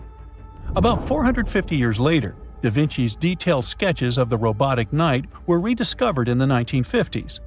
Several researchers tried to recreate the robot from those sketches. In 2002, a roboticist who developed systems for NASA and Lockheed Martin took inspiration from the old notes and built a functioning model of Da Vinci's robotic knight. Another design Leonardo created for Duke Sforza was a special kind of bridge that could be taken apart and carried easily. It was made for defense forces who needed to cross rivers or moats while traveling. This bridge would swing across the water and land on the other side. It had wheels and used a rope and pulley system, so it could be set up quickly and packed away just as fast. To keep it steady, it even had a special weight to help balance it. Leonardo wrote in his notes that the bridge was light yet strong, and he designed several bridges like this for the Duke. One of his other designs was a bridge that could be built very quickly, and the defense forces would move across multiple rivers. As scientists continue to study Leonardo da Vinci's hidden passages, they reveal new chapters in human history. Who knows what other unexplored architectural structures they will find? Stonehenge wasn't a witchy monument to travel through time. It was actually constructed as a hope to build a different future. Recent research just found out that the monument was probably raised as an attempt to reunite the Britons during a period of big division. The thread of this story lies on the altar stone, the monument's most iconic rock. For years, scientists believed that the stones used in Stonehenge, including the altar stone, came from the nearby Preseli Hills in Wales. In this scenario, Stonehenge would have been built by a local community, that is, Neolithic people who would have found easy-to-access materials to build a ceremonial mound, a sundial calendar, and a final resting place, all in one. Things changed when another discovery was made. In 2018, leading-edge research pointed that the altar stone actually came from the River Tay region in northeastern Scotland, which is located over 400 miles away from Stonehenge. Scientists found similar rocks as such in Scottish monuments. You see, the altar stone is a recumbent stone, laying on its side. Many of the rocks were found in ceremonial stone circles in Scotland, and they are unique to this region. When this discovery broke through, it got archaeologists thinking. Maybe Stonehenge wasn't just a local project, but a wider collaboration between different tribes and communities across Britain. To understand this, we need to rewind to around 3000 BCE. That's when Britain still wasn't a unified country per se. Rather, it was a patchwork of tribes such as those coming from southern or eastern Europe, each with their own customs and beliefs. As an island, Britain's population changed many times.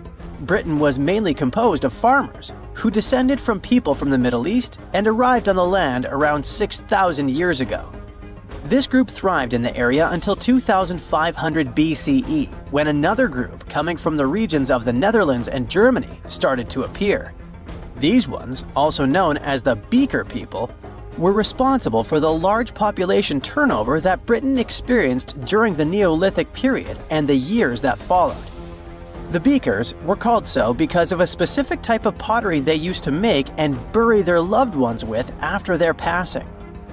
It's possible that the original dwellers of the land didn't like it that their land was being repopulated, and what researchers suggest is that Stonehenge was this attempt to reunite the original Neolithic farmer population and regain some type of identity control over their land. They would have invested a lot of time and energy in bringing the altar stone all the way down from Scotland, without the help of wheel technology, for example. You see, the wheel had already been invented in Lower Mesopotamia, but since there was no Wi-Fi at the time, the Brits weren't aware of this technology until much later on. This whole territorial crisis could have driven locals to use their resources to move the altar stone to Salisbury Plain in England, in order to reunify the land. You see, Stonehenge wasn't built in one go. Its history dates to around 3000 BCE. That's when the monument was just a circular ditch and bank, known as a henge. Inside, they placed wooden posts and possibly totem-like carvings. This version of Stonehenge wasn't about rocks yet. It was more of a ritualistic place and possibly a final resting place. They found several cremation pits from this period, making it the oldest resting place in all of Britain. It was only around 2600 BCE that the blue stones came around. The naming might be a bit misleading since they're not literally blue rocks. They have a bluish tinge to them when they're freshly broken, hence the name. These smaller rocks probably came from the Preseli Hills in southwest Wales, which is about 150 miles away from Stonehenge. Some researchers say that the ancient ones believed that blue stones had healing qualities. So we can maybe guess why they went through all of the trouble to move them from Wales to Salisbury Plains, huh? A little bit later than that, circa 2500, that's when we start having the Stonehenge we know and love today. That's when the Sarsen stones started to arrive. The Sarsens are Stonehenge's huge stones. I mean, each Sarsen can weigh around 25 tons. That's as much as 3 African elephants stacked together. The Sarsens make that iconic outer ring circle. Supposedly, that's also when the altar stone was moved from Scotland directly to the heart of Stonehenge. The altar stone is the largest of the blue stones used to build Stonehenge. Today, the altar stone lies recumbent at the foot of the largest trilithon of the monument. In case you don't know, the trilithons are the horizontal stones used to form those famous arches we see today. And here's where huge monoliths receive a third one on top of them, connecting the two together. This fancy word is just Greek for having 3 stones. But anyway, the bigger question, and maybe why Stonehenge is so famous, is why it was built in the first place. You see, Stonehenge's entire layout seems to have been carefully planned to align with the movements of the sun. The monument's architecture is particularly attuned to the solstices, the shortest and longest days of the year. During the summer solstice, the sun rises perfectly in line with the heel stone, casting light straight into the heart of the stone circle. A spectacular, almost magical sight that surely wowed its ancient audience. But it's the midwinter solstice that seems to hold a special connection to the altar stone. As the sun sets on that day, its light aligns with the altar stone at the center of Stonehenge. To the builders of Stonehenge, this alignment may have symbolized more than just celestial precision. It likely carried profound ancestral and spiritual significance. The altar stone, illuminated by the setting sun, could have been seen as a bridge between worlds, connecting the living with their ancestors, the earth with the cosmos, and the present with the eternal. In a world without calendars, clocks, or weather apps, the solstices were everything. They marked the rhythm of life, guiding agricultural cycles and spiritual rituals alike. So Stonehenge wasn't just about the stones or the people who built it, but perhaps a way to honor their ancestral roots in an ever-changing world. See this place on the map? Yeah, right there. It's estimated that around 100 people have vanished or lost their lives here. Why, you ask? Well, it seems they were all looking for this guy, Percy Fawcett. He was a British colonel, famous for his sharp blue eyes, perfectly groomed beard, and signature hat. He looked like a character from Pride and Prejudice, but lived more like Indiana Jones. In fact, this character was inspired by Fawcett's story. But his disappearance in 1925 was more macabre than any movie plot. Colonel Fawcett was bold. Not the ask your neighbor's Wi-Fi password kind of bold. I'm talking full-on, I don't care that much about my life bold. He used to be a soldier in Sri Lanka and even did a secret spy gig in Morocco, but he needed more. So in 1906, Fawcett started exploring parts of Brazil and Bolivia where no one had dared to go before. His mission was to create secret, mind-blowing maps. Okay, that doesn't sound too risky, but trust me, it was. If you want to explore the world nowadays, you just open Google Earth and, well, that's it. No danger, no adrenaline, just maybe 1 or 2 creepy street view photos. Ew. But we're talking about the beginning of the 20th century, when satellites and this weird Google car didn't exist. Back then, if you wanted to fill in the world map, you actually had to explore the land on foot. So that's how Colonel Fawcett ended up in South America. And he became famous for his expeditions to map out the wild Amazon. He was the first guy to record the locations of waterfalls in that region, for example. But then he got obsessed. Blame it on lack of sleep or whatever sketchy Amazon jungle juice he was sipping, but suddenly he was like, I'll bet there's an ancient advanced city hidden somewhere around here. Spoiler alert, there wasn't. But he was hooked on that idea.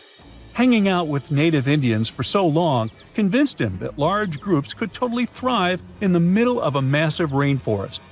And of course, Fawcett loved a good old adventure story, especially the ones from the 16th and 17th centuries, written by European explorers. In those stories, adventurers claimed they had found huge settlements and fine roadways deep in the heart of Latin America. But Fawcett's all-time favorite story came from a manuscript written in 1753. Back then, adventurers were hunting for precious metals in Brazil when they stumbled upon a ruined city with monumental buildings, roads, and plazas. Oh, and every corner had a Roman-style spire. Naturally, the colonel was all in to find it. Too bad no one told him this manuscript is mostly considered a forgery. Yep, this story is as real as Snow White's. But then, things got weird. The settlement described in that manuscript was supposedly located in the northeast side of Brazil. But now, he's saying there's an advanced civilization in Mato Grosso, which is in a different part of the country. So he decided to name this new place the City of Z. Back in the 1920s, the colonel launched 2 separate expeditions to find it, but both trips failed, as he faced terrible weather, fever, and of course, exhaustion. Now, tell me in the comments, what do you think Fawcett did after 2 failed expeditions? Option A, he quit. Option B, he called his mom. Option C, he tried again because he didn't get the memo that the universe is clearly saying stop. Well, of course, option C is the right answer. This is relentless Fawcett we're talking about. So, 3 years later, the colonel finally gathered enough cash to launch yet another expedition in search of the City of Z. All he needed was a crew of people crazy enough to join him. Famous and experienced explorers were begging to come along. But nope, Fawcett decided to take his son and his best buddy instead. In January 1925, this brave trio set off on their journey. They packed mosquito nets, canned food, and made a promise, we shall return. Another spoiler alert, they didn't. Uh-oh. The journey kicked off in New Jersey, and then they sailed all the way to Rio de Janeiro, Brazil. There, they stopped to grab some pack animals, like horses, and hired a couple of local guides. Now they were ready to head to the city of Cuiabá. Now keep in mind that distances in Brazil are crazy huge. So this little journey was like traveling from Miami to Chicago on foot. 3 months later, they finally ventured into the jungle for the first time.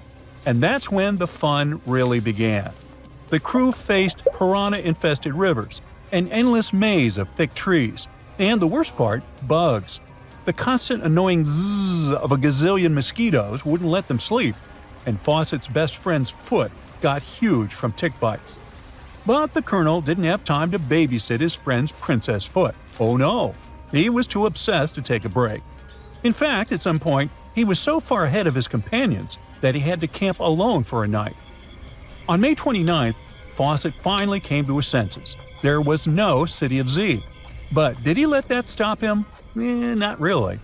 He unpacked their gear and sent the local guides back to Cuiabá. But before saying a final goodbye, he asked them to deliver a letter to his wife, saying something like, "Don't worry, hon, our son is well and getting stronger every day." Sure he was. Anyway, after this dramatic farewell, the trio set off into the bush alone.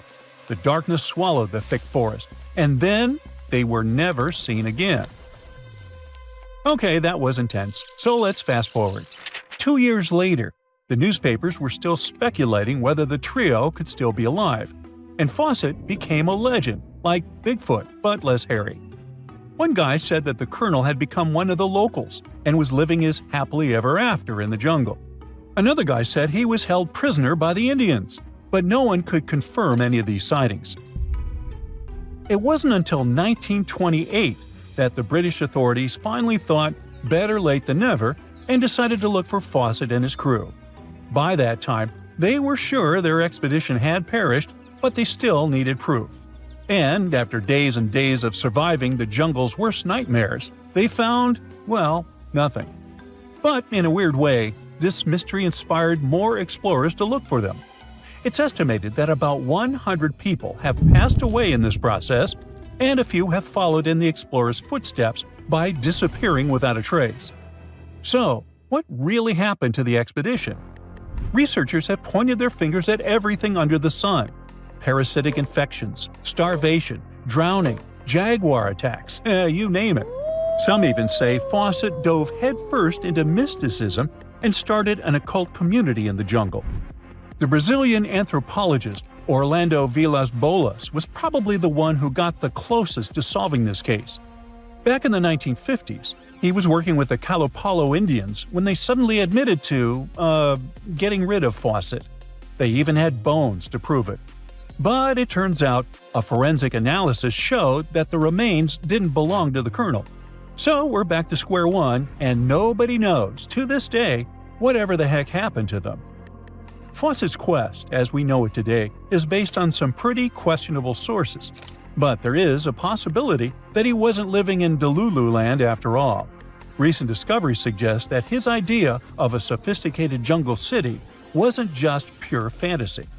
In 2024, a massive ancient city was found in the Amazon, hidden beneath dense vegetation. Evidence suggests it was built around 2,500 years ago, and it was surprisingly advanced, featuring houses and plazas, all connected by an incredible network of roads and canals. But this city was in a forest in Ecuador, not Brazil. So who knows? Maybe the legendary city of Z is still out there. Ooh. X-rays are a type of invisible radiation that can pass through our bodies and objects. They're very important in the field of medicine because they allow doctors to see inside our bodies without having to perform surgery. Now, let's dive into how X-rays work. They're a kind of electromagnetic radiation, just like light or radio waves. However, they have much higher energy than light, which makes them able to go through objects that light cannot. Imagine you have a powerful flashlight. If you try to shine it through a wall, the light won't go through because the wall is too thick. But these rays have enough energy to go through walls and even our bodies. The discovery of X-rays happened by accident in the late 19th century. A scientist was experimenting with cathode rays, which are a type of radiation. He was working in his lab and noticed that a nearby fluorescent screen started to glow, even though it was not directly exposed to the cathode rays. He realized that something invisible was causing the fluorescence, and he named it X-ray, because X is the mathematical symbol for something unknown. He continued experimenting with such rays and discovered that they could pass through many objects, like flesh and bones, but not through denser materials like metal. He also found that X-rays could create images on photographic plates, just like a camera takes pictures. The way this works is quite fascinating. Imagine you're standing in front of a bright light and you hold your hand in front of your face. Your hand blocks the light and you can't see through it. But if you place a sheet of tissue paper in front of your hand, some light will pass through, and you'll be able to see the outline of your hand. X-rays work in a similar way. When a doctor wants to take an X-ray of a part of your body, they will ask you to stand or lie down next to a machine. This device has a special plate that can capture the image. Let's say the doctor wants to further examine your arm. They will place the X-ray plate on one side of your arm and the machine on the other side. Then, the machine will produce a controlled burst of X-rays that pass through your arm. Remember how we talked about the tissue paper allowing some light to pass through? Well, in this case, some of those X-rays will go through your arm, while others will be absorbed or blocked by the denser parts of your body, like bones. The plate captures the X-rays that pass through your arm, and it creates an image. This image shows the bones and other structures inside your body, allowing the doctor to see if there are any problems or injuries. Now, you might be wondering why X-rays can pass through some things but not others. It has to do with the density and composition of the objects. Denser materials like bones absorb more X-rays, so they appear white in the image. So when you look at the result, you'll see your bones as white shapes. Other tissues like muscles and organs are less dense and allow some of those rays to pass through, so they appear as gray shadows. What if I told you there's a whole new way you can peek inside objects, but without using X-rays? I'm not talking about magic powers. Take a comfortable seat while I explain what myography is. This fascinating scientific technique allows us to see inside objects and even beneath the Earth's surface using a special type of particle called a muon. These elementary particles are very similar to electrons, but they're much heavier. They are created high up in the Earth's atmosphere when cosmic rays, which are particles coming from space, collide with the air molecules. Now, muons are special because they can pierce through different materials. They can pass through rock, soil, and even buildings. Scientists realized this potential back in the 1950s when they were studying cosmic rays and noticed that some of the particles could pass through thick materials. The first muography experiments took place in the 60s.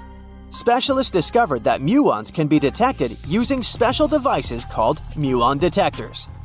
These detectors are usually placed underground or in specially designed laboratories to shield them from other particles and background radiation. Now let's dive into how muography actually works.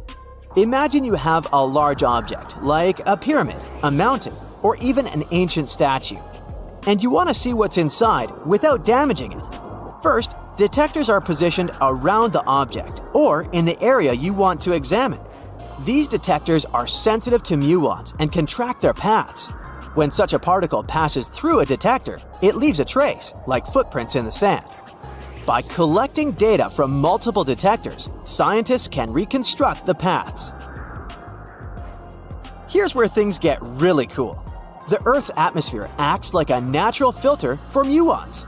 It turns out that the more massive an object is, the more particles it will block. So, if you have a large, dense object like a mountain, fewer muons will pass through it compared to a smaller, less dense object, like an empty box. This difference in the number of particles that reach the detectors can give us clues about what's inside the objects. Scientists use computer algorithms and mathematical techniques to analyze the data and create images. These images represent the density distribution of the object being studied. It's like creating a map that shows where the densest areas are and where there's gaps inside the object. The concept of muography is similar to using shadows to understand the shape and size of an object. Imagine you're standing in front of a bright light and you place your hand between the light source and a wall. You'll see a shadow of your hand on the wall. Based on the shape and size of the shadow, you can get an idea of what your hand looks like, even though you can't see it directly. This technique has been used to study various objects and structures. For example, scientists have used it to explore the inside of volcanoes and pyramids, and even to investigate the structure of mountains and the Earth's crust. With the help of this amazing technique, scientists have now uncovered new information about the Great Pyramid of Giza. They discovered something that had eluded tomb raiders for centuries. They found a hidden chamber. And guess what they named it? The Big Void. Yeah, I know, not the most creative name.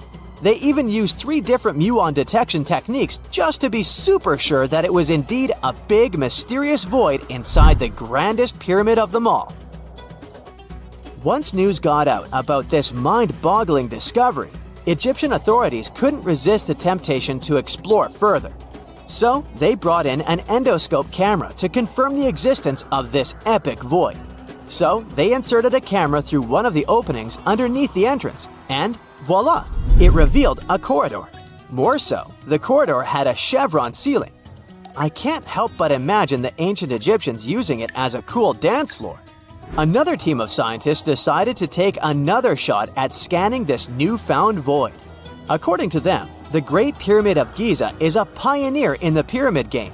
It used a technique called chevron to cover internal structures and keep them from collapsing. Now, why did the ancient Egyptians build this corridor and the grand void it leads to? One theory suggests that the corridor was built to relieve pressure inside the pyramid.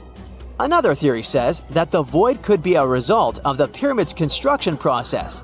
It could have been an internal ramp used to move roof blocks into position, and then it was left there or filled loosely with rubble. According to other enthusiastic explorers, there might be another burial chamber waiting to be discovered. They believe that the pyramids were built with a dash of randomness in the construction process. As the builders worked their magic, they realized that some chambers wouldn't be able to handle the weight of a majestic sarcophagus. So they made adjustments on the fly, creating new plans as they went along.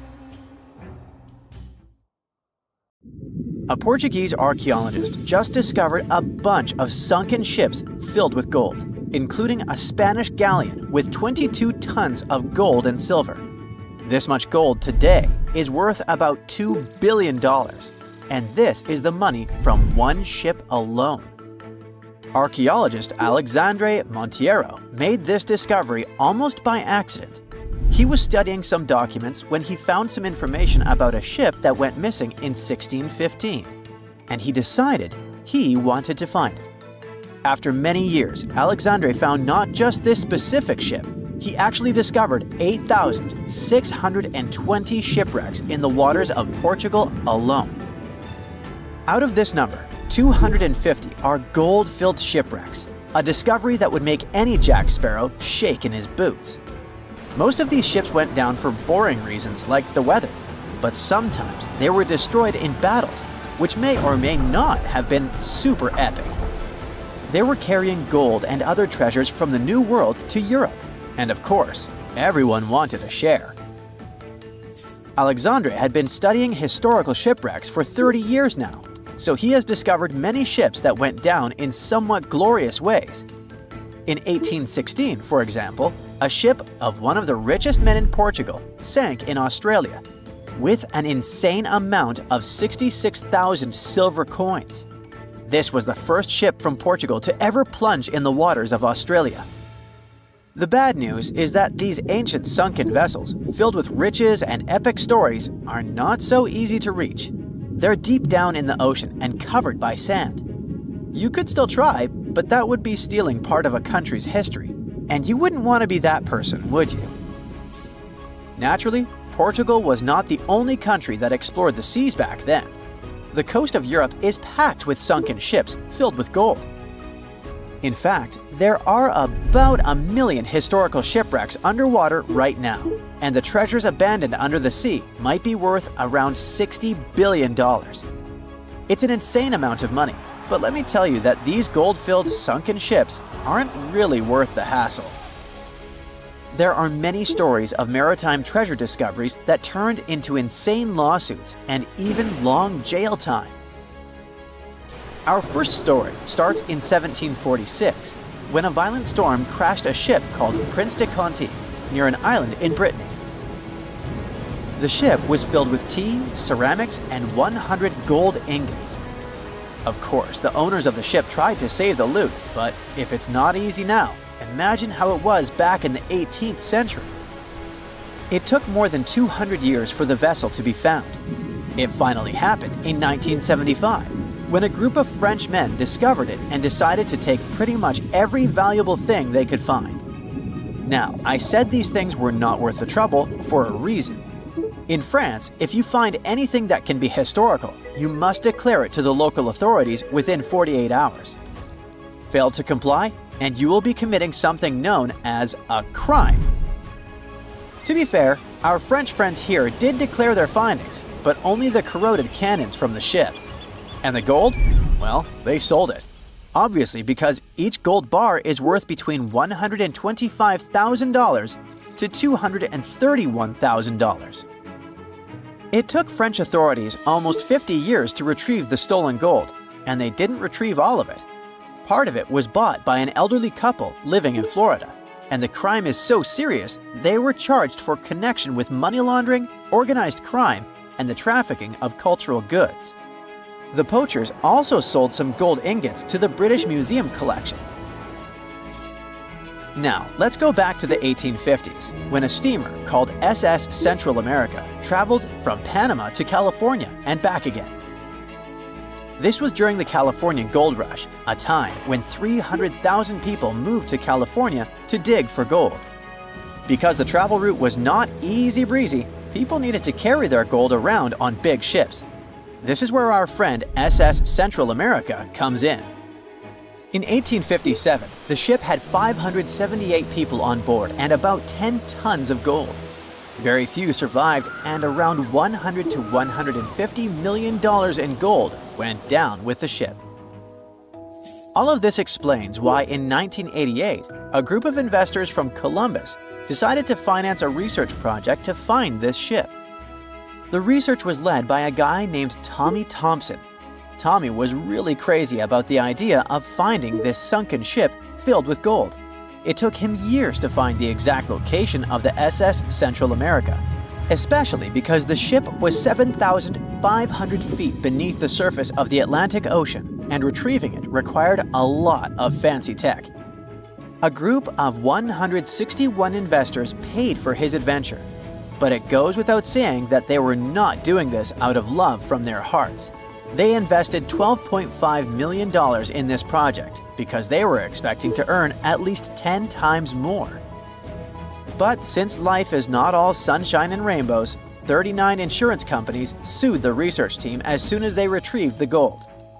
Back when the ship was up and running, these companies insured the cargo of the SS Central America, and when the cargo was finally retrieved, more than 100 years later, they wanted to be compensated.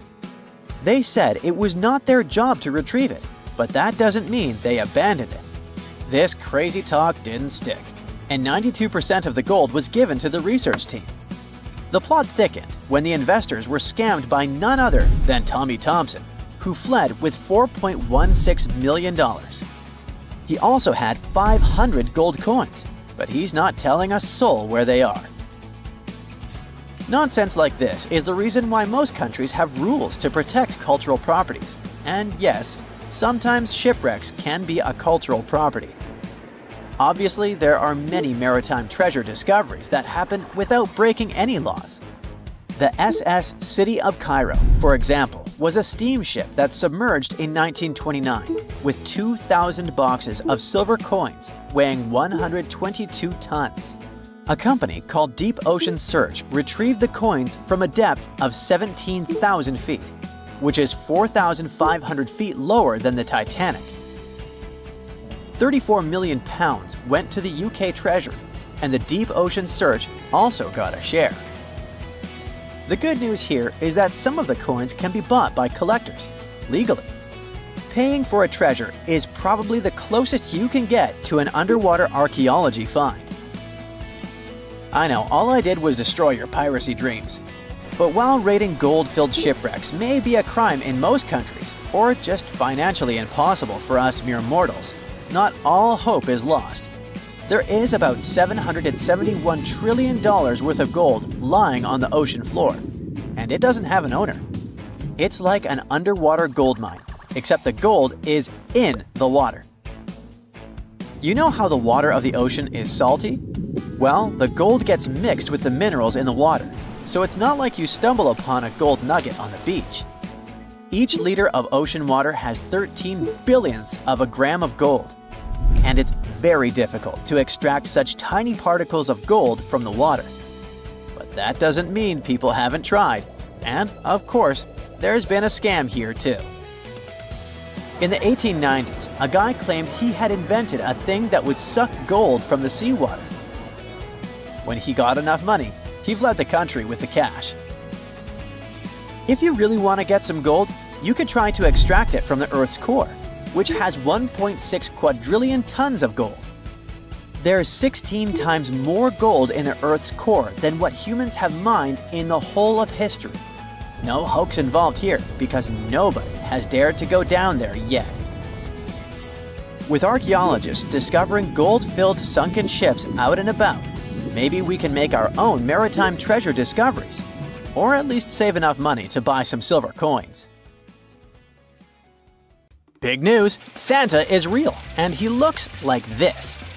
I know it's not exactly how we pictured the jolly old guy, but a recently discovered tomb might just be the proof we've been waiting for to show that St. Nicholas was real and Turkish. Turns out, he wasn't a North Pole native, but a kind-hearted bishop from the 4th century, famous for giving gifts to everyone. The legend says he was a wealthy man born in the ancient city of Patara, modern-day Turkey, who traveled to the countryside to help the poor and the sick. For centuries, though, people couldn't be sure he actually existed. Some historical sources say he was buried in Myra, which is now called Demre, Turkey. Since the 80s, archaeologists have been digging around this area, trying to prove it. And now, their Christmas miracle has finally come true. After digging 6 feet deep in an annex of St. Nicholas's church, they uncovered a mysterious limestone tomb, about 2 meters long. While they're pretty sure this is St. Nick's final resting place, they're still searching for an inscription to confirm its exact age. Now, if we're talking about the fictional Santa Claus, legend says his home is in Lapland, Finland. Back in 2018, archaeologists made an interesting discovery that could finally prove that Santa was real. They were digging at a site called Tiny Aro when they stumbled upon about 200 burial pits. But when they looked inside, there was definitely no sign of Santa. Actually, there were no human skeletons at all, just a bunch of things like pottery and animal bones. So no one really knows what this place was. That was the complete opposite of what happened with a group of archaeologists working in the ancient city of Petra, Jordan. Since 2003, there have been rumors about hidden chambers beneath the famous monument called Al-Khazneh, also known as the Treasury. 21 years later, a team finally decided to dig and uncovered an intact tomb. Inside, they found at least 12 human skeletons and artifacts estimated to be over 2,000 years old. Hundreds of thousands of tourists travel to Al-Khazneh every year, and most of them probably go there to see the site of the Holy Grail in the movie Indiana Jones and the Last Crusade. So, do you want to know the funny part? One of the skeletons in the tomb was clutching a ceramic chalice that looked a lot like the Holy Grail. You probably remember the devastating fire that caused massive damage to Notre Dame in Paris back in 2019. Because of that, the building, originally built between the 12th and 13th centuries, had to be restructured. But archaeologists saw it as a golden opportunity to dig into the site and uncover its hidden secrets. The team was only allowed to dig about 16 inches beneath the floor, but that was enough. As soon as they removed the floor tiles and cleared away a thin layer of dirt, they spotted the top of a lead coffin. Then, they found some limestone sculptures, including life-sized heads and torsos. Altogether, they uncovered over 1,000 fragments of different works of art.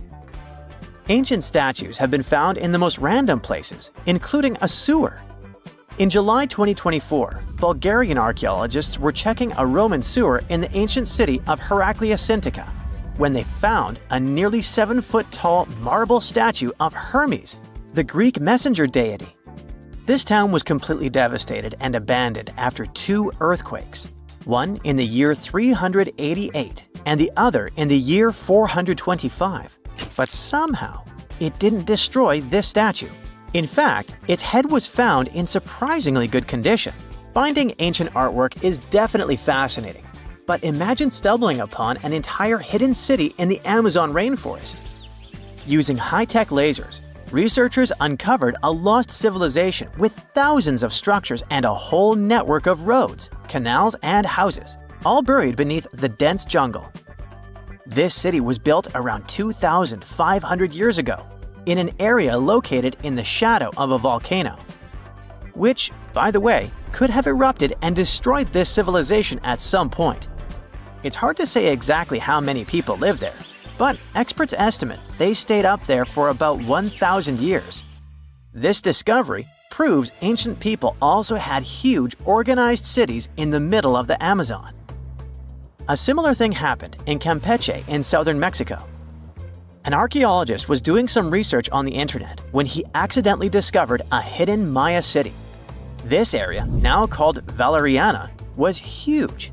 about the size of Edinburgh, the capital of Scotland. It had pyramids, sports fields, amphitheaters, and paths connecting different districts.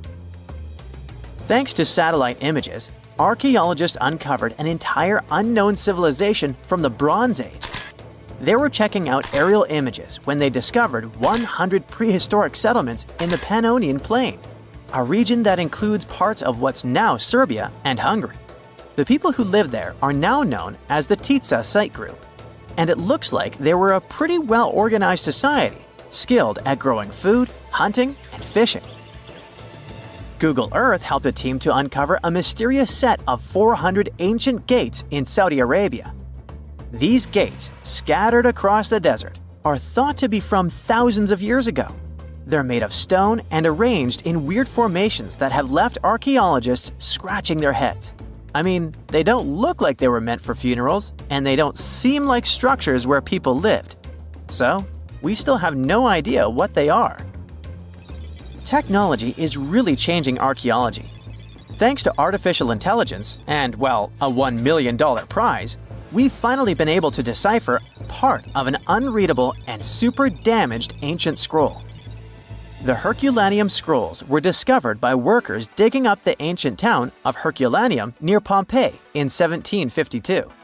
But their condition was so bad that, for years, they were considered indecipherable.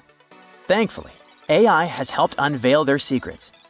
Based on the studies so far, experts believe that one of these scrolls was written by a philosopher who valued pleasures, like music and food, above all else. No doubt, Stonehenge in England is one of the most mysterious places on Earth. Some theories even suggest it was built by extraterrestrials. After more than a century of research, archaeologists are still figuring out how it came together. See that big altar in the middle? Turns out it came all the way from Scotland. And that's pretty wild, considering this massive sandstone block weighs over 6 tons, and the people who built Stonehenge more than 4,000 years ago didn't have the luxury of wheels or modern tools. We can find some pretty amazing stuff in the oceans too. In 2013, a mysterious shipwreck was found about 20 feet underwater off the coast of Kenya. At the time, no one knew where it came from, but now, researchers are pretty sure this could be a ship from Vasco da Gama's fleet. You know, the famous Portuguese navigator, best known for being the first to sail from Europe to India by rounding Africa's Cape of Good Hope. If it's confirmed, this shipwreck could be one of the earliest European shipwrecks in the Indian Ocean. Ancient treasures can take many forms, including a bottle.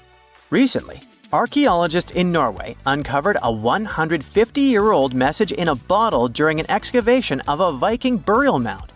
The bottle contained a letter written by Anders Lorange, an archaeologist who worked on the site back in the 1800s, along with his business card and a few coins wrapped in paper. The letter gave some details about the excavation, though it seems Lorange got a few things wrong, like the exact number of Viking shields discovered. At the end of the letter, he wrote a personal note in runic script, "Emma Gade, my girlfriend." So it gave us not only insights into history, but also a peek into his love life.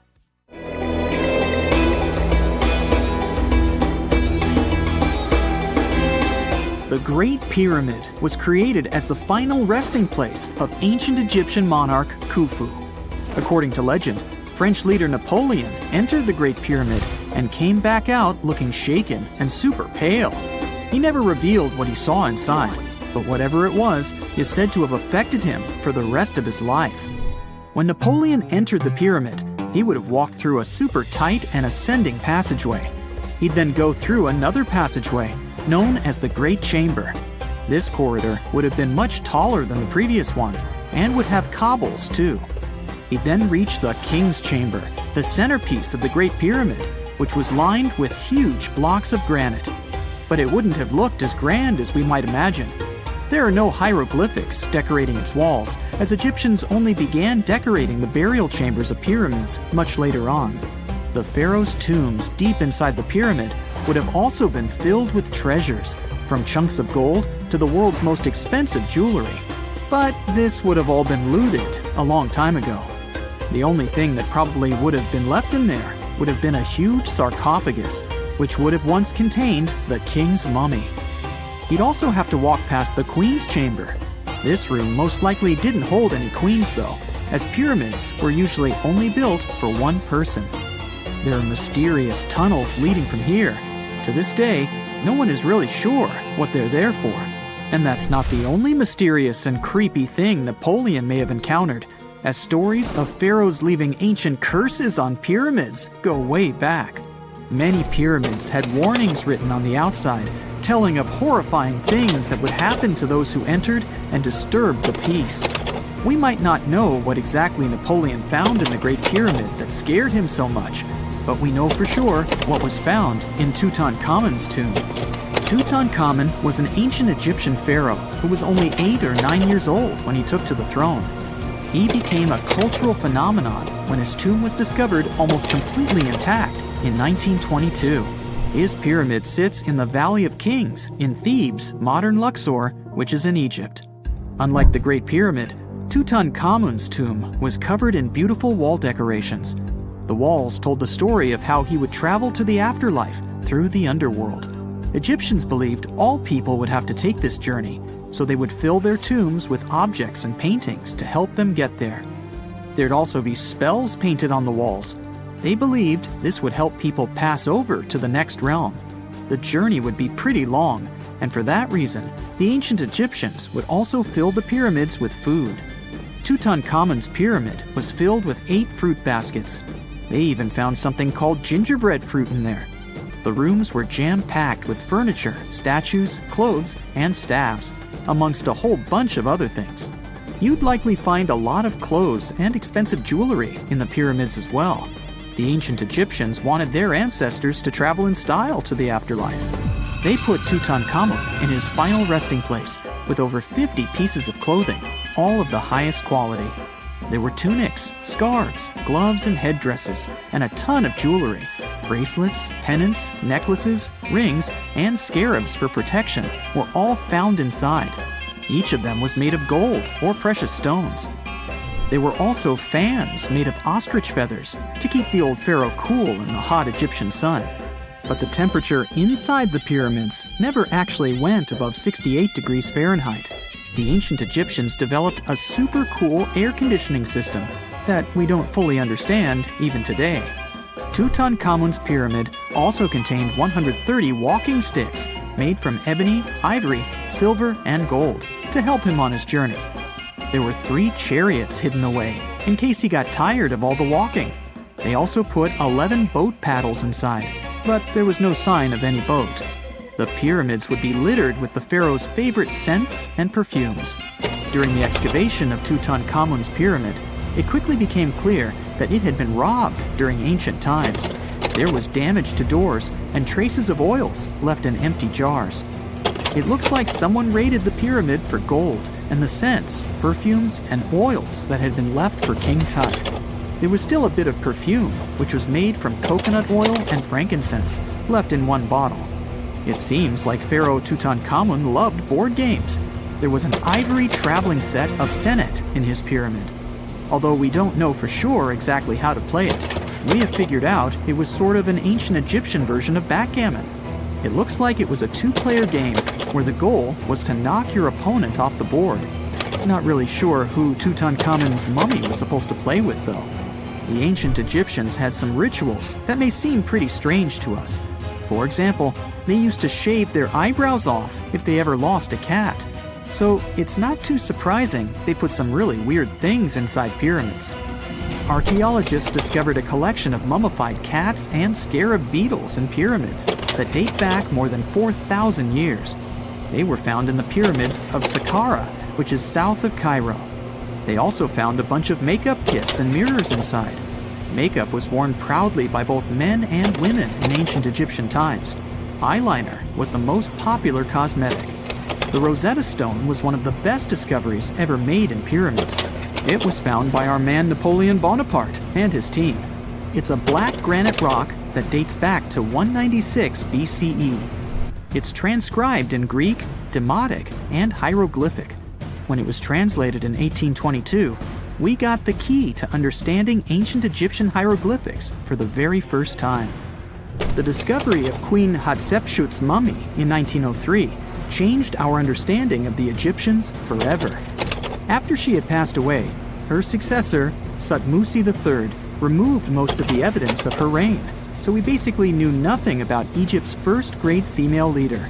She's now gone on to become one of the few and most famous female pharaohs of Egypt. Pharaoh Khufu even had a fully fledged boat in his pyramid. Archaeologists uncovered more than 1,200 pieces of a giant boat near the Great Pyramid at Giza. They reassembled the boat, and it's a whopping 144 feet long. It's most likely a solar boat, which was designed to carry the resurrected king with the deity Ra. Fun fact, the Pyramid of Giza is the last remaining of the 7 wonders of the ancient world. The other 6 are the Hanging Gardens, the Colossus, the Temple of Artemis, the Mausoleum, the Lighthouse, and the Statue of Zeus. This pyramid was also the world's tallest man-made structure for 3,800 years, and it's the biggest pyramid in Egypt. It took a staggering 2.3 million blocks of limestone, and some weighed as much as 80 tons. It took an incredible 100,000 laborers and a whopping 23 years to build. Its original height was a mega 480 feet. In 2017, archaeologists discovered something weird about Egypt's Great Pyramid. There's a hidden void that's at least 100 feet long, and no one really knows why it's there or what's actually inside it. The weird void is the first inner structure discovered within the 4,500-year-old pyramid since the 1800s. Scientists used cosmic rays to detect the massive hole, but are still no closer today to finding out what's inside.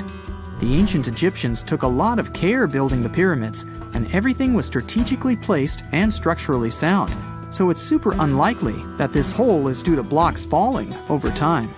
Loads of pyramids also contain small model figurines called ushabti. These represented attendants. They believed they would come to life to serve the pharaohs in the afterlife. But it's amazing that all this stuff actually fit inside. There isn't actually a huge amount of space inside the structures. It's mostly just rock. In 1850, French scientist Auguste Mariette went to Egypt looking for manuscripts, but accidentally found a head of a sphinx sticking out of the dunes. He cleared the sand and figured out the sphinx was guiding the entrance to some underground construction. Several months later, he finally entered the Serapeum of Saqqara. Inside, he found an enormous granite sarcophagi with remnants of 64 bulls. Scientists are still amazed by the tech that the ancient Egyptians used to transport those enormous boxes. The Serapeum was built around the year 3000 before the Common Era. It was an underground tomb built to honor the sacred Apis bulls of ancient Egypt. It had a long hallway, almost 500 feet long, with giant stone rooms on both sides. Some of the sarcophagi weighed as much as 50 average cars, and all of them were made with super precision, with exact 90-degree angles. These sarcophagi were beautifully decorated with hieroglyphs and carvings that told stories about the lives and importance of the Apis bulls. Now, there are 24 sarcophagi left. In ancient Egypt, Apis bulls were very special animals connected to the deity Ptah. They thought the bulls carried Ptah's spirit and wisdom, helped the pharaoh, and protected the Egyptians. Priests looked for special markings on young bulls to find Apis bulls. It could be a white triangle on its forehead, which symbolized divine light, a shape on its back like a vulture's wing, and a scarab shape under its tongue, which stood for rebirth. If a bull had these signs, they believed it was chosen by Ptah and treated it like royalty. The chosen bulls lived in a special temple in Memphis, the city where they worshipped Ptah. They received the best care and offerings from visitors who wanted their blessings. When an Apis bull passed away, it was treated with great honor and mummified. When Mariette entered the Serapeum, he noticed traces of rollers on the gallery's floor and found 2 wooden horizontal winches. Each had 8 levers. Later, other explorers saw double rails. The burial chambers were lower than the hallway floor. To get the boxes into place, workers filled the chambers with sand so the sarcophagi could be rolled in straight. Then they slowly removed the sand to gently lower the boxes into perfectly cut spaces in the bedrock. A carved stone sign found in the Serapeum said it took 28 days to move just one sarcophagus and its lid into its spot during the time of Ptolemy II. The extreme precision of the sarcophagi with 90-degree angles also has an explanation. Ancient Egyptians wrote texts, or rather, papyrus, on geometry a long time ago. It shows that they knew the approximate number pi and could calculate the volume of a pyramid with its top cut off. If they could figure out complicated math like that back then, it makes sense that they could also carve perfectly flat surfaces 500 years later. All this sounds pretty legit, but some people think certain things don't add up here. The size of boxes is way larger than the size of bulls, yet they buried pharaohs in tiny coffins that barely fit their bodies. The sarcophagi are made out of granite with crazy precision, and they could have just used limestone, which would have made things way easier. The transportation of the boxes seems pretty simple, but only in theory. If one person could pull about 440 pounds, then at least 250 people would be needed to pull just one box. The tunnels in the Serapeum are really narrow, only about 2 feet wider than the boxes themselves. There's no way hundreds of people could have squeezed into those tight spaces to pull the boxes. And even if they did, how would they turn the box in the cramped corridor, lower it into its niche, and place it perfectly in the middle? Somehow, they did this 24 times, and every box is centered perfectly.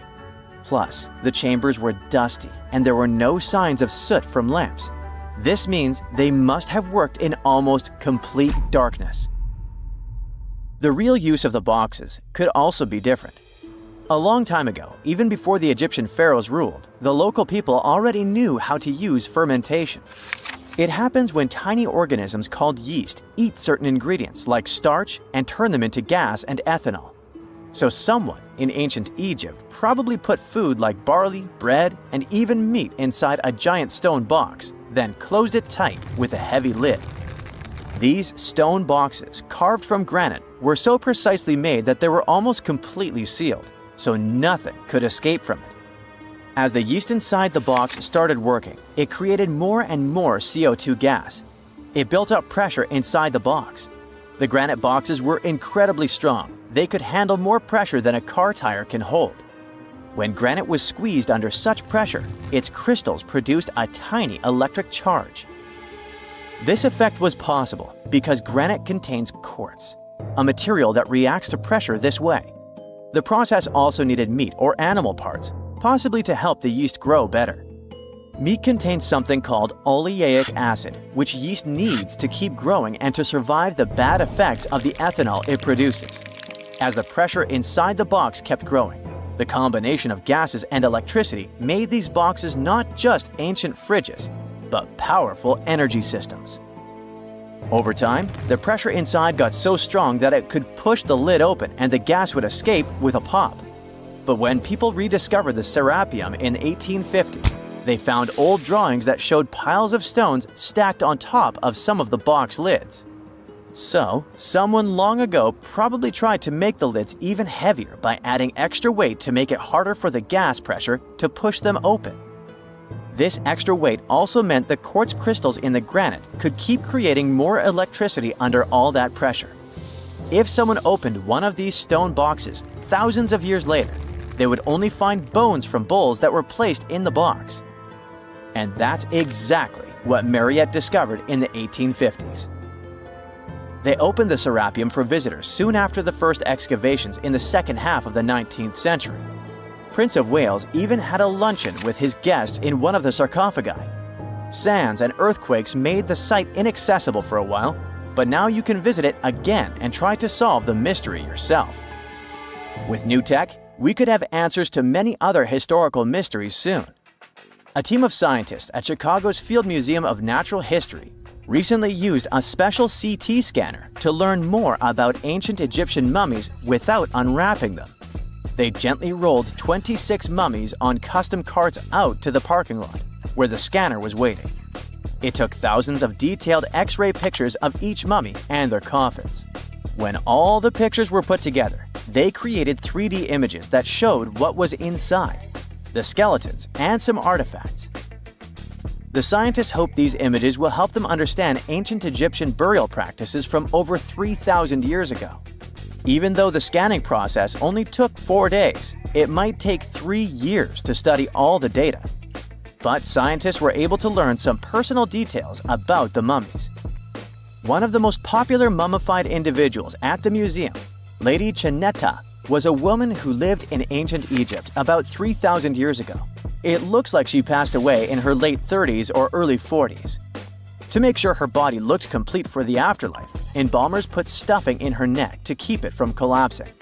They also placed artificial eyes in her sockets, so she would have eyes in the next world.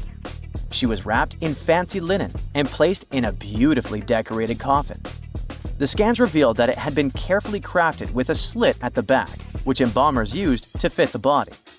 There were also some artistic details on the surface, like markings for her knees. It looks like her burial was on the scale of a high-end luxury car. Ever since Plato wrote about the allegory of Atlantis, humanity has been fascinated with the possibility of the discovery of a thriving underwater civilization. Fancy joining me on a trip to a few historic underwater sites? Let's see what we can find out about ancient civilizations. The first one on our list is what is being called the underwater Stonehenge. Scientists have recently discovered a mysterious pile of cairns that stretch for miles under the shimmering waters of Lake Constance at the borders of Switzerland, Germany, and Austria. Archaeologists began to explore the site back in 2015, and they haven't been able to understand yet what it was actually used for. What they do know is that there is a 12-mile line of 170 human-made stone cairns under Lake Constance. Scientists say this was most likely the result of a combined work of several villages. The cairn site was probably used for some collective purpose. The formations are huge. Some of them are several dozen feet wide. The most amazing discovery so far is that the site dates back to around 5,500 years ago. Now, what were we humans doing back then? We were living in the prime years of the so-called Stone Age. We were beginning to make artifacts from stone and use them to hunt and eat. Can you imagine what a knife and fork might have looked like back in those days? It's no coincidence that scientists call this site the underwater Stonehenge, though. Both sites are believed to have been built around the same period of time. You see, Stonehenge dates back to around 3,100 BCE. Both sites carry the distinct characteristic of stone monuments built in a circle. Not to mention the fact that scientists also haven't figured out why on earth our early ancestors would feel the need to build a monument such as Stonehenge. Well, the mystery of Lake Constance hasn't been solved yet. Who were the Neolithic people from this area? And for what purpose did they go through such an amount of work and effort to build this huge stone site? Next, we're taking you on a tour of the Ryukyu Islands just off the coast of Japan. You're diving deep down to an archaeological site. But I should warn you, the waters of the Pacific Ocean are far from smooth. It doesn't take long before you see a huge structure, thanks to the sunlight shining down on the seabed. At first, it looks like Machu Picchu's ruins located across the globe in Peru. As you approach the site, you slowly figure out its forms. A pyramid-shaped structure, arches, staircases. It's something that could have easily been a palace or a castle.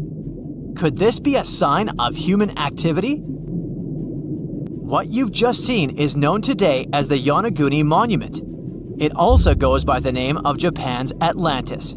The entire monument is about the size of 5 soccer fields and the height of a 5-story building.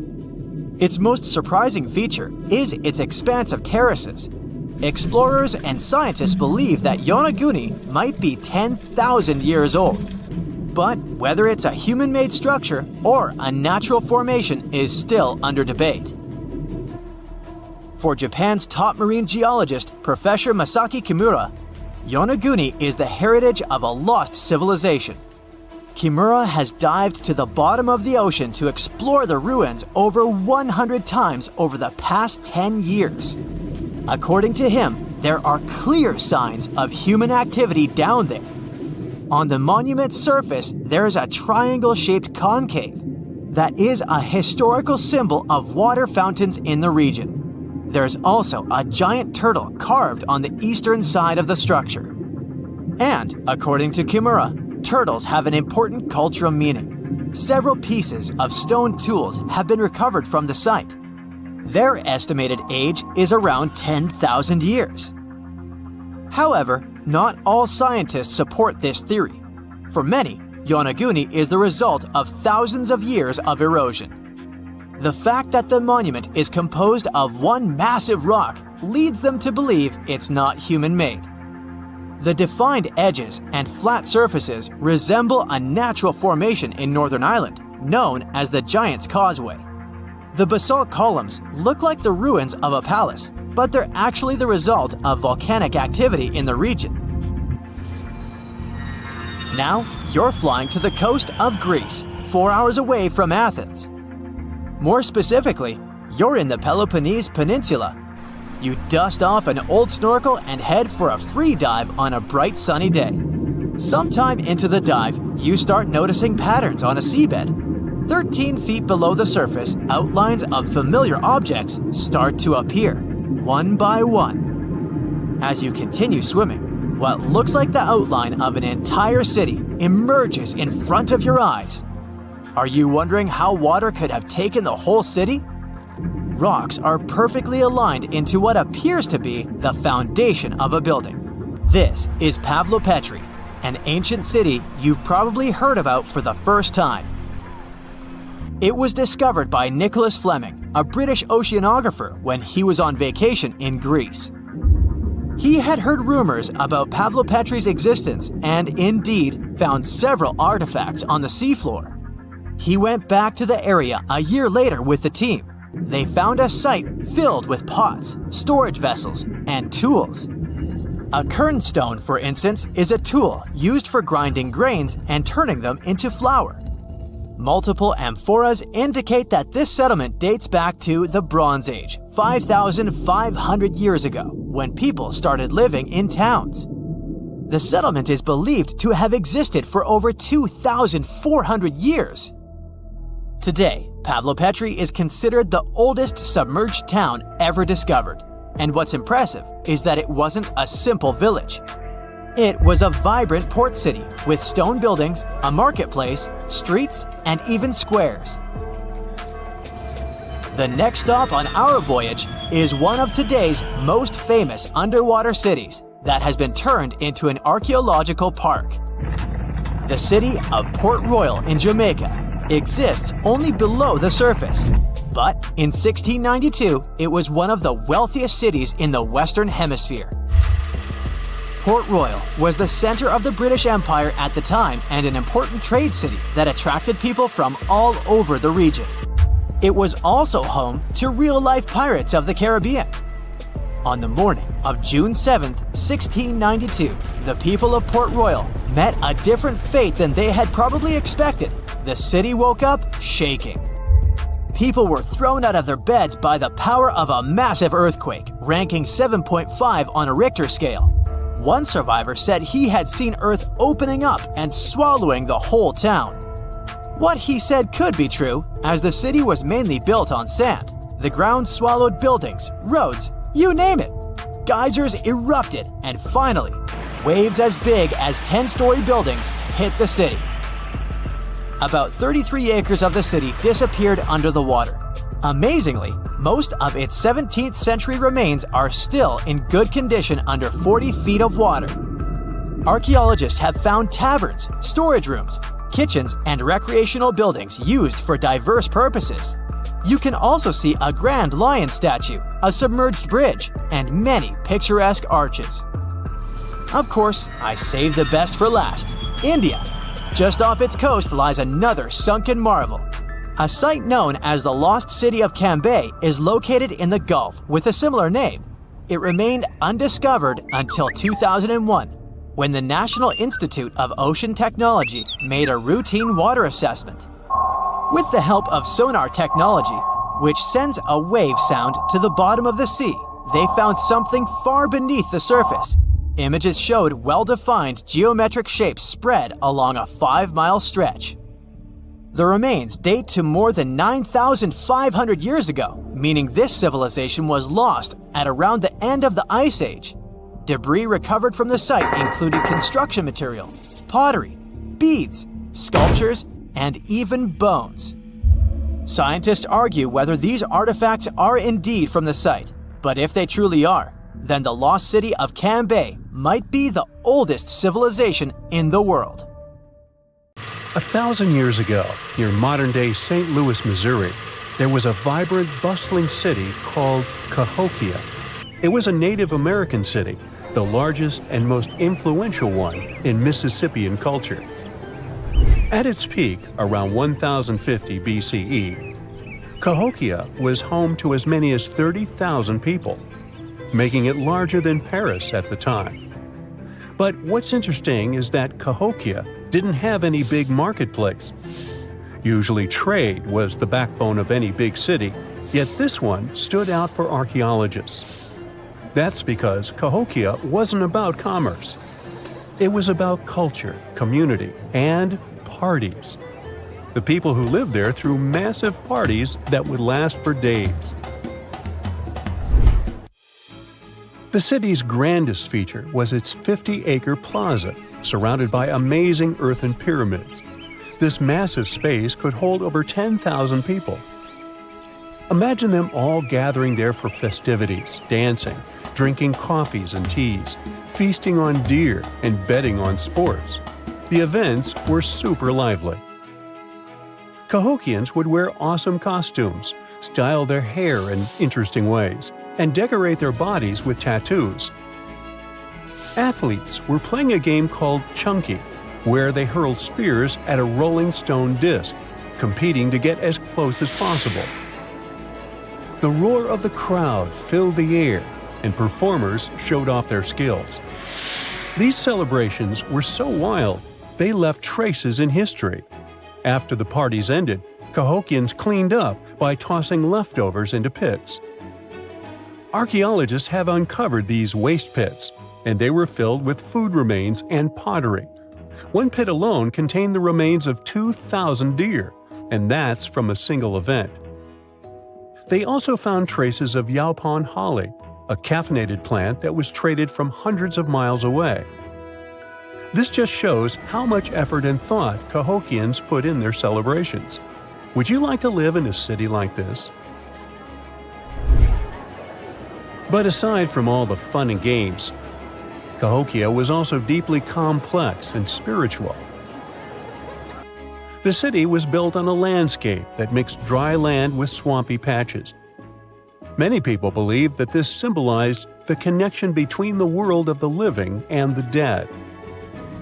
The people of Cahokia saw their city as a bridge between these two realms.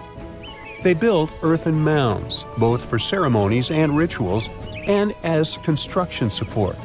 These mounds rose from the swampy areas. Meanwhile, people settled in the drier spots. Elevated pathways connected these neighborhoods, creating a physical link between life and death. Isn't it sad that some ancient metropolises that rival modern cities in scale just disappeared? Cahokia's story came to a quiet end around 1350 CE, when the city was abandoned, all due to changes in environments and weather, floods, and other problems. But the influence of Cahokia was so big, it spread to distant places. Some of their traditions, like chunky and yaupon tea, have survived in native communities to this day. Today, Cahokia is a UNESCO World Heritage Site, and it's not the only megacity we lost. About 5,000 years ago, people in the Indus Valley built some of the world's first cities. Mohenjo-Daro was an ancient city in what is now Pakistan. The city was built around 2500 BCE, and back then it was a thriving hub of the Indus civilization. Sure, it was much smaller than modern cities, but it was quite huge at the time, around 40,000 inhabitants. It looks like the locals were crazily strict and disciplined people. The city's planning and organization were incredible. It was laid out in a grid pattern. Streets and important buildings aligned along the north-south axis, probably to match the movement of the sun and moon. They also built one of the most advanced systems for water and waste management of their time. The city had about 700 wells. Nearly every house had its own. Most homes also had private bathrooms with drainages and even underground sewers. This shows how skilled these people were at staying clean. And with all this discipline, it looks like there were no kings, queens, or even a central government. They could still have some authority, like local elites or elected officials, just not a classic strict monarchy or religion. Instead, people there cared about simplicity and order. They basically managed themselves, having standardized ways of doing things, from the way tools and potteries were made to how they traded. Which is why, unlike many other cities, Mohenjo-Daro didn't have grand palaces, temples, or monuments. Instead, they had public areas known as citadels. People gathered at citadels for rituals, meetings, and storage of grain. And it seems like this way of life worked perfectly. Scientists found some seals and weights, which means the economy was well regulated. Archaeologists found some intricate artifacts like ivory, lapis lazuli, carnelian beads, and gold jewelry. Another famous find is the small bronze statue known as the Dancing Girl, which was discovered in 1926. Mohenjo-Daro wasn't poor at all. And they also pulled off some awesome buildings. Staying clean was clearly way more important to them than displays of wealth or power. So they created the Great Bath, one of the most famous structures in the city. It's a large, watertight pool built with baked bricks, perched on a mound of earth, being almost a religious place, the closest thing they had to a temple. Meanwhile, the city itself was built on a series of mounds. They grew taller over the centuries as people added new houses and structures. Why did the city fail? No one really knows. There's something mysterious about the sculptures archaeologists found. Many of them seemed intentionally broken. This means the city's later inhabitants, maybe invaders or something, destroyed them for some reason. Some scientists think that the Indus River may have shifted course, disrupting agriculture and trade. But there's no evidence of a flood or any big event like this. It just seems like, over time, the entire Indus civilization just gradually faded away. By 1900 BCE, the culture had shifted and didn't leave much behind. Let me tell you now about the ancient city of Kos, which is located where the modern town of Kos now stands in Greece. Imagine arriving by sea, and the first thing that hits you is the sheer grandeur of its agora, this massive public square built with stones in different colors, laid out on terraces that rise above you. It was one of the biggest in the ancient world, and it made a great impression on anyone approaching the city. This place has a rich history dating back to around 2300 to 2200 BCE. A long time ago, local folk gathered up from different parts of the island to form a new city in the northeast. People have lived there since the Bronze Age, and over time, it became a super important center of culture and trade. And no wonder, since it's right near a natural harbor.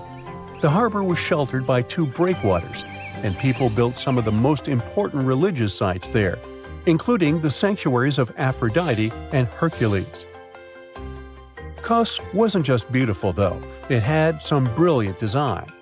The whole city was laid out in a neat grid, with streets crossing each other at perfect right angles, literally looking almost like a modern city.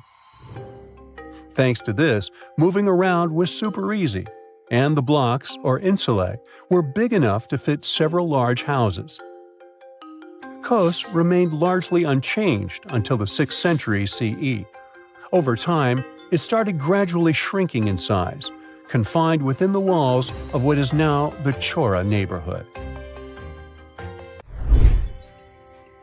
Meanwhile, Palmyra was an ancient city built around a beautiful oasis sometime around the 3rd millennium BCE.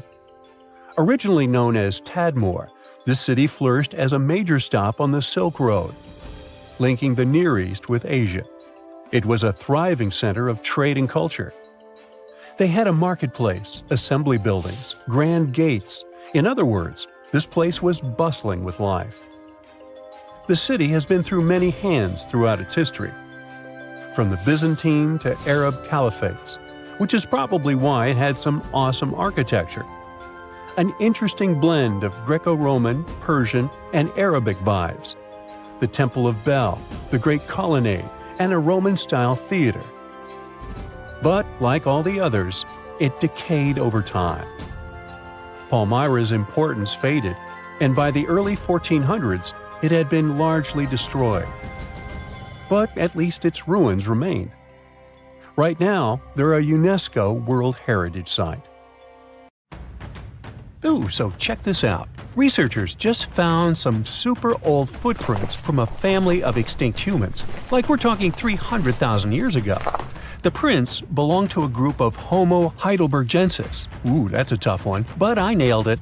So those dudes were pretty advanced for their time. They were building homes and hunting big animals. But unfortunately, they couldn't handle climate change and disappeared about 28,000 years ago. No, they weren't sissies, trust me. The weather was really tough back then, and they couldn't just go grab a down jacket like you do. So, the University of Tübingen crew made the discovery in Germany, where they found the perfectly preserved prints in a forest by a lake. Apparently, elephants, rhinos, and other critters used to come relax by the lake, and so did this Heidelberg family. The scientists believe they were probably just a family outing rather than a group of adult hunters, since there were little kid footprints too. And depending on the season, they could munch on plants, fruits, leaves, shoots, and mushrooms around the lake. Experts even found tracks from an extinct elephant species that used to weigh up to 13 tons. Now, can you imagine seeing one of those in person? Just so you know, 13 tons is about 45 times as heavy as a pig. Oink. They were digging around in Schöningen when they stumbled upon some elephant tracks that were 21 inches long. That's like the length of a really big ruler. They even found wood fragments in the ruts that the elephants had left behind. But wait, there's more. They also found a rhino print from the Pleistocene era, which is pretty wild. It's the first time they found a footprint from this particular species in Europe. Who knew rhinos had such big feet? Except those whom the rhino stepped on. Meanwhile, over in New Mexico, some British and American archaeologists found some ancient human footprints that date back 23,000 years.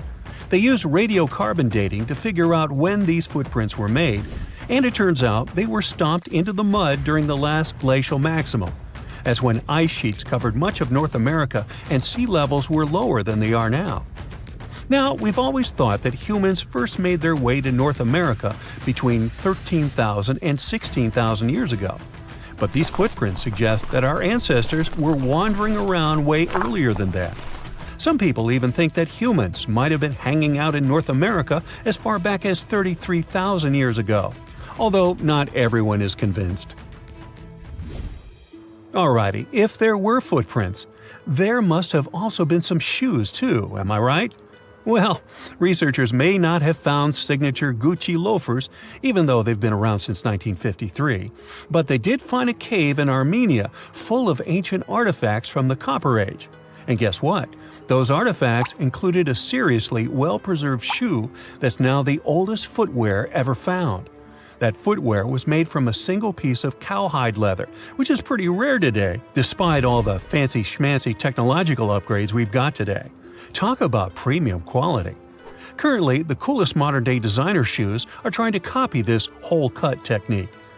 The shoe was also rubbed with some kind of plant or vegetable oil for extra durability, and it even had shoelaces that crisscrossed through a series of holes, just like our beloved sneakers today.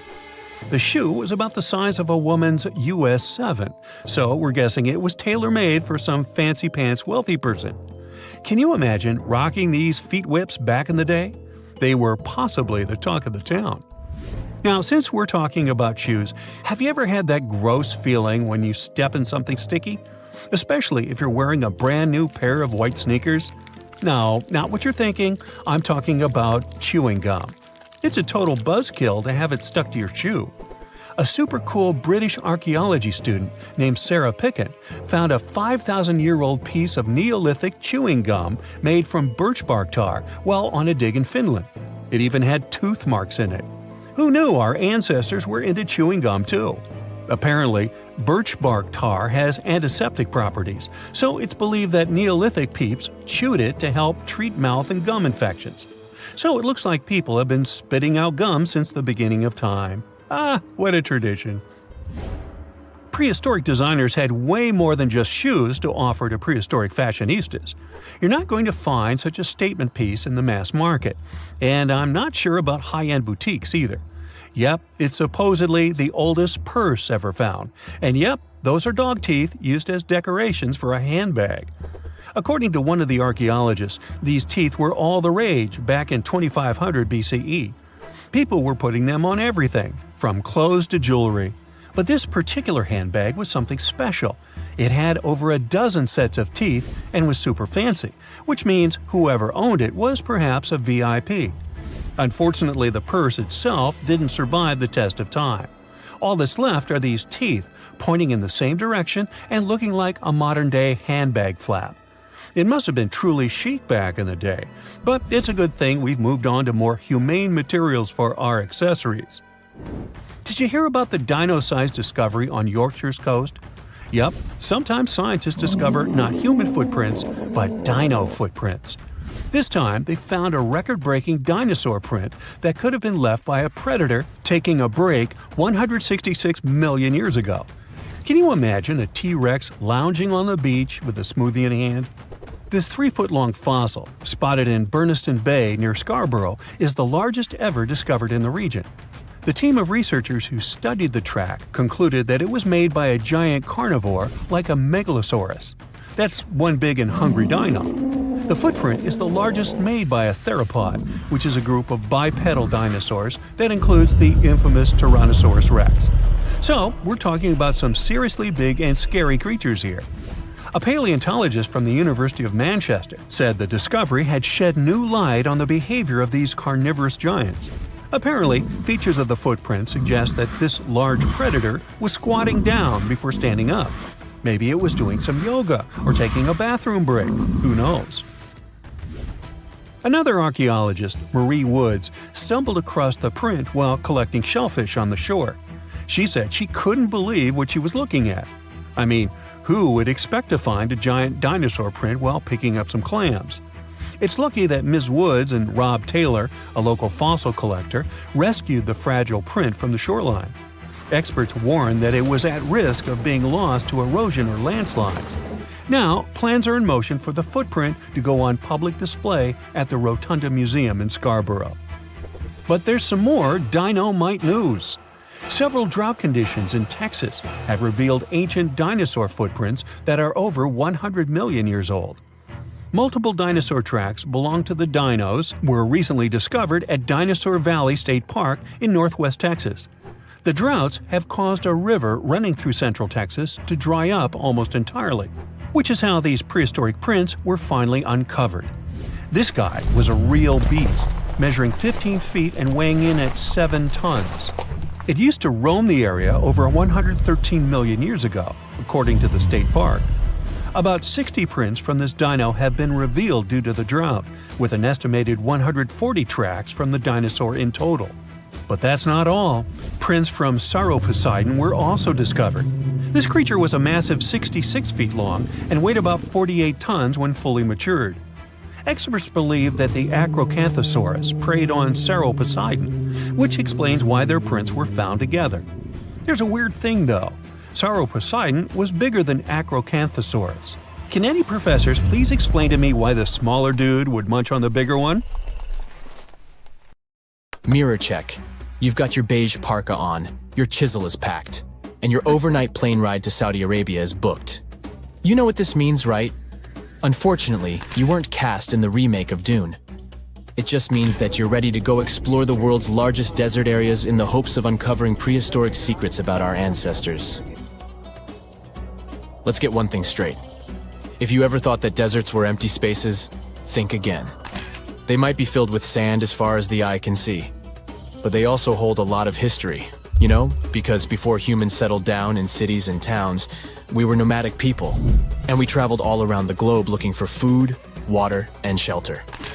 So we had to come up with some interesting stuff to survive. Like this thing that was found in the desert of Saudi Arabia. Do you have any idea what this could have been? Over many years, scientists have discussed the origins and use of huge structures such as these ones. It seems our Neolithic ancestors were way smarter than we gave them credit for. They didn't spend all their hours around the fire carving weapons out of stone. No, they were also practicing their architectural skills. These huge stone structures are called desert kites, because if you look at them from a distance, well, they sort of look like kites. Archaeologists have arrived at the consensus that these kites were used to lure animals in. This way, it would make it easier for our ancestors to guarantee their week's food. But that's not all. Take a look at these monolithic structures right here. They show us that our ancestors probably drew on rocks, the blueprint of what they were going to build on the ground. Just like modern-day architects, desert kites could be miles long, so they drew out a plan before actually building them. The most surprising feature of all is that these kites were built even before things such as Stonehenge. We're talking around 7,000 to 9,000 years ago. Over the last decade, scientists have been able to identify over 6,000 desert kites spread across the Middle East and West and Central Asia. If you don't think this huge, try building something this large without the help of any drones. It looks like a pretty difficult feat to me. And apparently, Saudi Arabia's desert is filled with more amazing things. Scientists have found mysterious stone structures that are older than the pyramids of Giza in Egypt. So of course, you can't wait to go check that out. Can we all agree that carrying around heavy rocks to build a pyramid without the help of modern technology sounds absurd? I mean, how on earth did they do it? Now imagine turning back the clock about 2,000 years into the past and finding humans that built similar gigantic structures in isolated areas. Take a look at these so-called mustadils. They are rectangular structures built from piled-up stones, found over 77,000 square miles. Some archaeologists believe that these monuments were used for ritualistic purposes, maybe processions of some kind, where people would walk from one end of the plateau to the other. I'd be down for that. Now let's move on to another deserted area. We're entering the world-famous Sahara Desert landscape. Isn't it beautiful? Here, you're about to unravel an ancient mystery, something that took years for researchers to solve.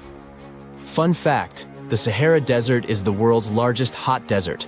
It spans over 3 million square miles, which would be like putting 1,000 times the country of Hawaii next to each other. We say it's the largest hot desert because the world's largest desert area is Antarctica. But we all know temperatures over there are freezing, not the typical image of when we think of a desert. Deep into the desert, near the Algerian town of Fougeret et Zoua, something strange was found. For decades, these tiny dots appeared on images of Google Earth, but nobody could explain what they were. Some scientists were sure that these circles are the result of oil activity in the region. Others guessed that these were ancient fogeras or ancient water wells. There are dozens of them, stretching for miles and miles in a straight line. The strange thing is that they are always far away from any town, road, or human activity in general. So what was or is their purpose? If you had to take a guess, what would you say?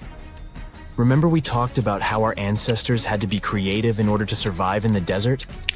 Let's try to walk in their shoes for a minute. Imagine you're a nomadic hunter-gatherer living in a desert area. You spend your days basking in the hot sun, trying to count all the grains of sand around you. But you also need to eat and drink water. But how on earth do you get water in a desert? Sure, you can hope to keep running into oasis every week or so, but that seems a bit risky, doesn't it? That's why North African people invented the so-called fogeras. The fogaras are a 2,500-year-old irrigation system. Locals would dig deep wells in elevated areas, wells deep enough to tap into underground water. Then, they would dig parallel shafts at regular distances. This way, the water would flow from the main well down into all the shafts and irrigate entire areas. Travelers could stop by the shafts and quench their thirst. They could also raise livestock and tend to crops. Pretty clever, huh? As much as these holes did look like fogaras, a little bit of research would show you that they're not. You see, these shafts were built in a line, and not in a circular shape like the ones we're looking at now. So maybe it has something to do with the second option? Maybe these desert holes were related to oil activity in the region? Let's have a look at the holes up close and personal. From Google Earth, they don't seem that big, but in real life, they are huge craters. The tip to uncovering what they are is hidden beneath the sand. If you were one of the researchers originally uncovering the truth behind this mystery, you would have found something unique hidden in the sand. Old dynamites and vintage sardine cans. Putting the pieces of the puzzle together, scientists found that these sardine cans were a model from the 1950s and 1960s.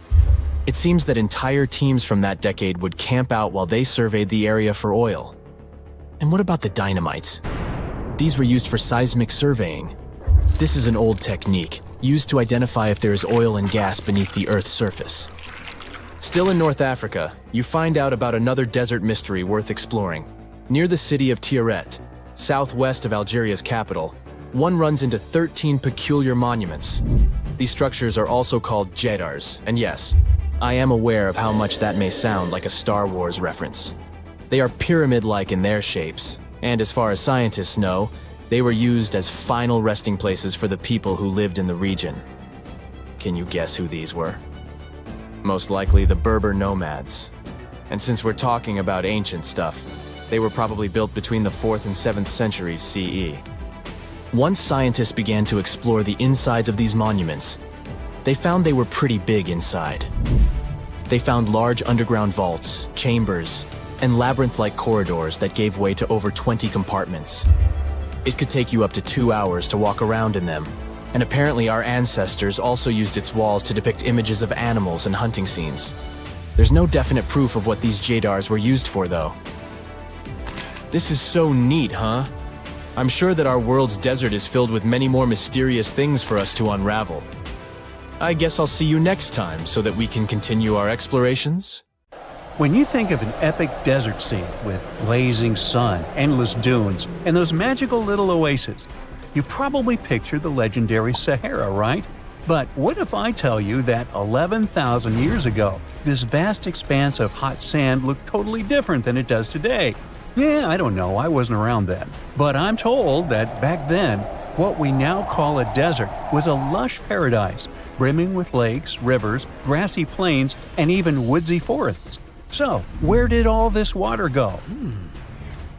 There are many stories about the distant past of our planet when deserts were covered with jungles and forests, and then something happened, like changing climates or colossal earthquakes, and it all turned green lands into dunes.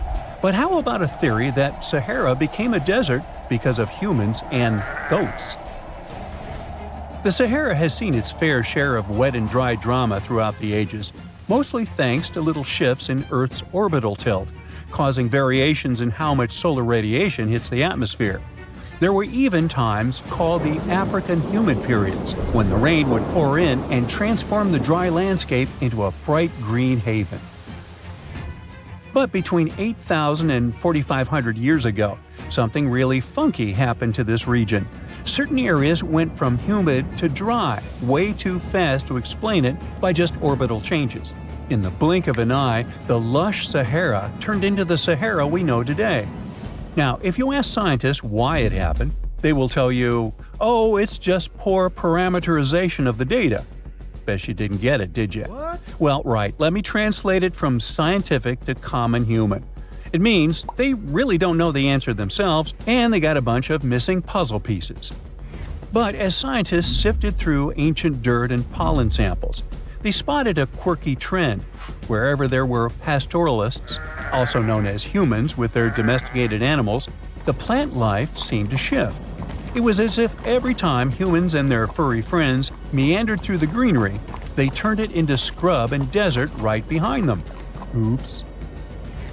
Yep, chances are that by overgrazing, humans were sapping moisture out of the atmosphere, since plants give off moisture, which helps make clouds and making things even sunnier, leading to a quicker end of the humid vibes.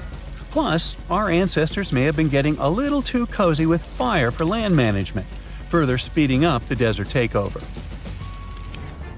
Anyway, scientists are sure that this lush Sahara would have turned back into desert eventually, even if humans hadn't shown up, thanks to Earth's natural rhythms.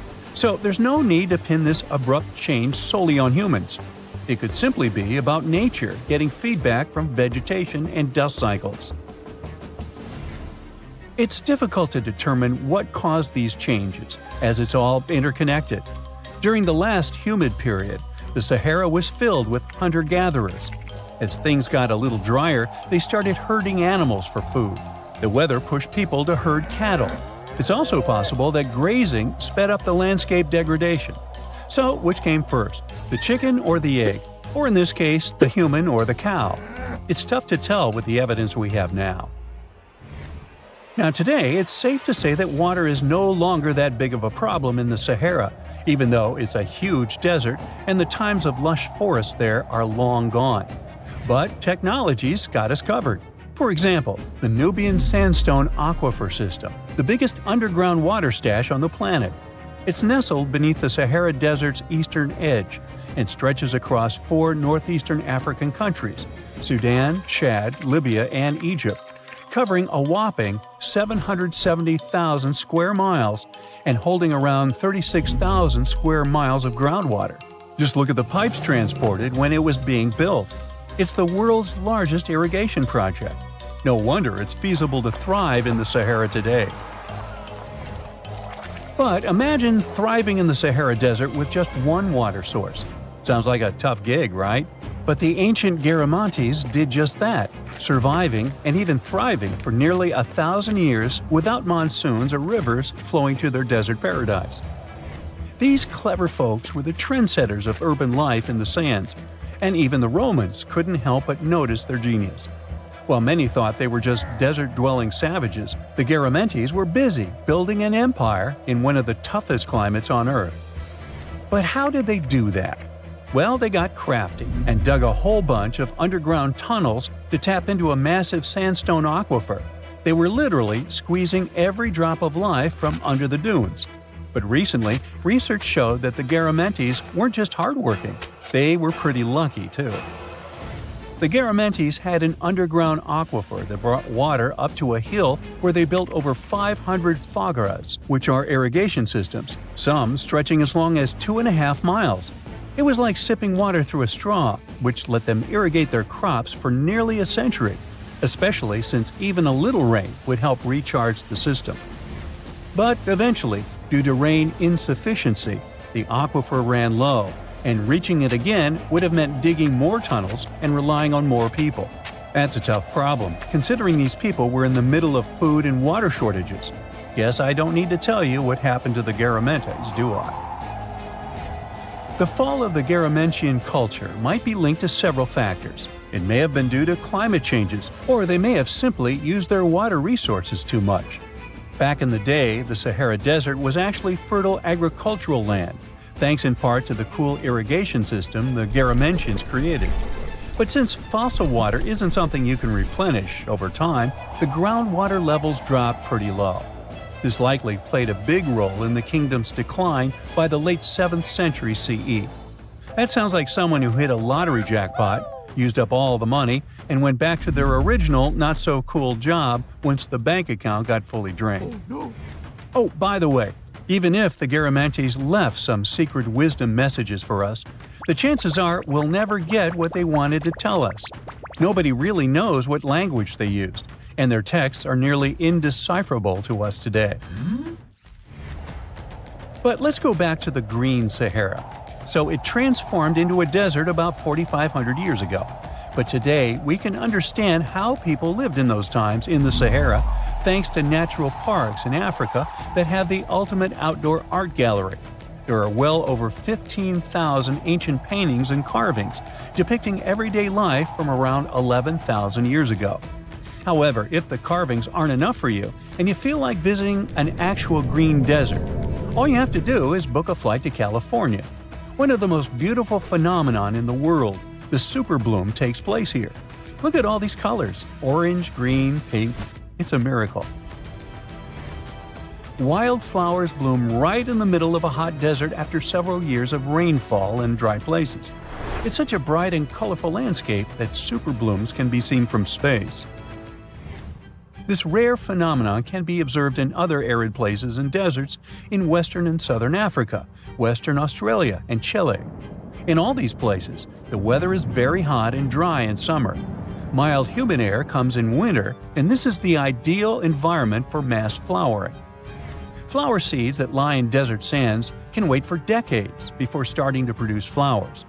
When the hot sun destroys all the weeds and grass, and the rainfall becomes enough to moisten the soil, the seeds are kind of like, well, okay, now it's our turn to play a big game. And then hundreds of thousands of tourists come to take photos and post these beautiful pictures on social media. And this, unfortunately, is one of the main dangers for flowers. Therefore, if you find yourself in a place like this, don't pick the flowers and don't trample on them. Stay on the path, don't litter. Take only pictures and leave only footprints. You get it? Good.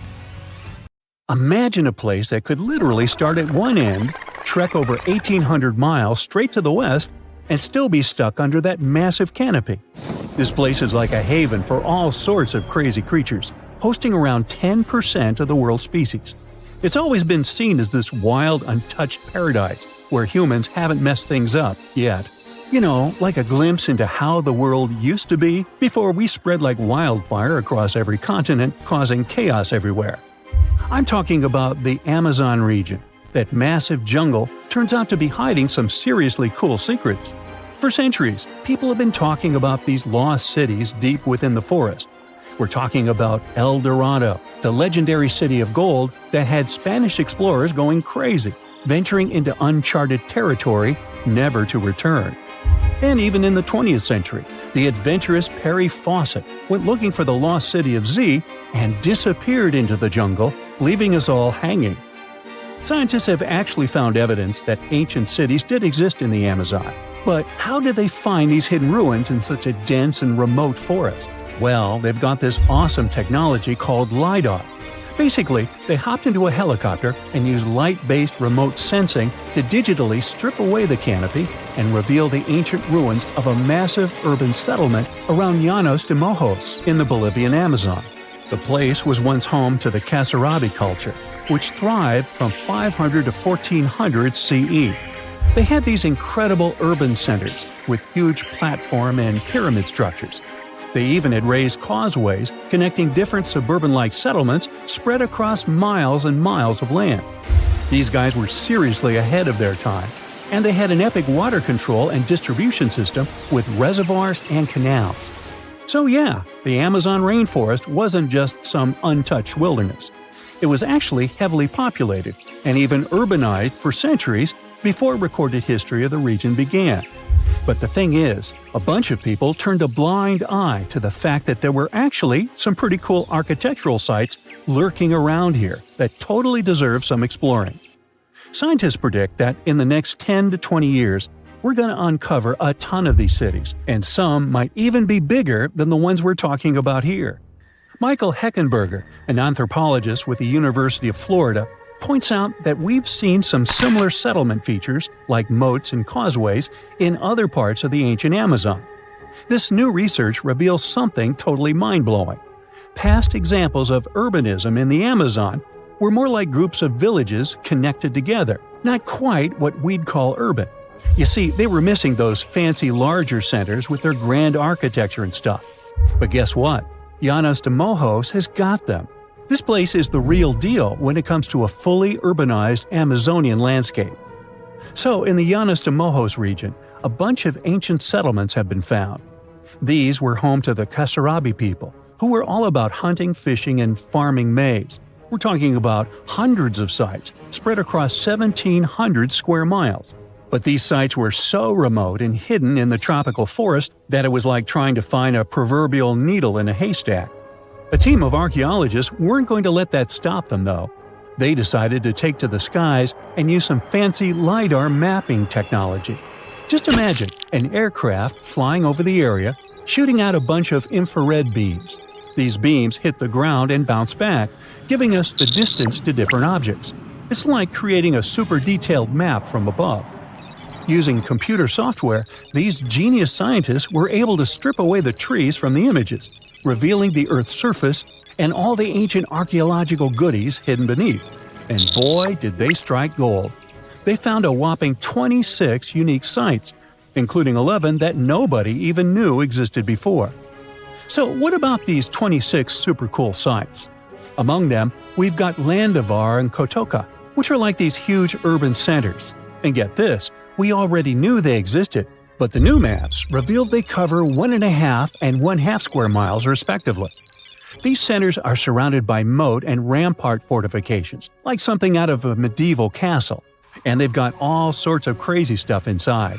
We're talking artificial terraces, massive earthen platform buildings, and pyramids that reach over 70 feet tall. All these epic buildings are actually facing the north-northwest.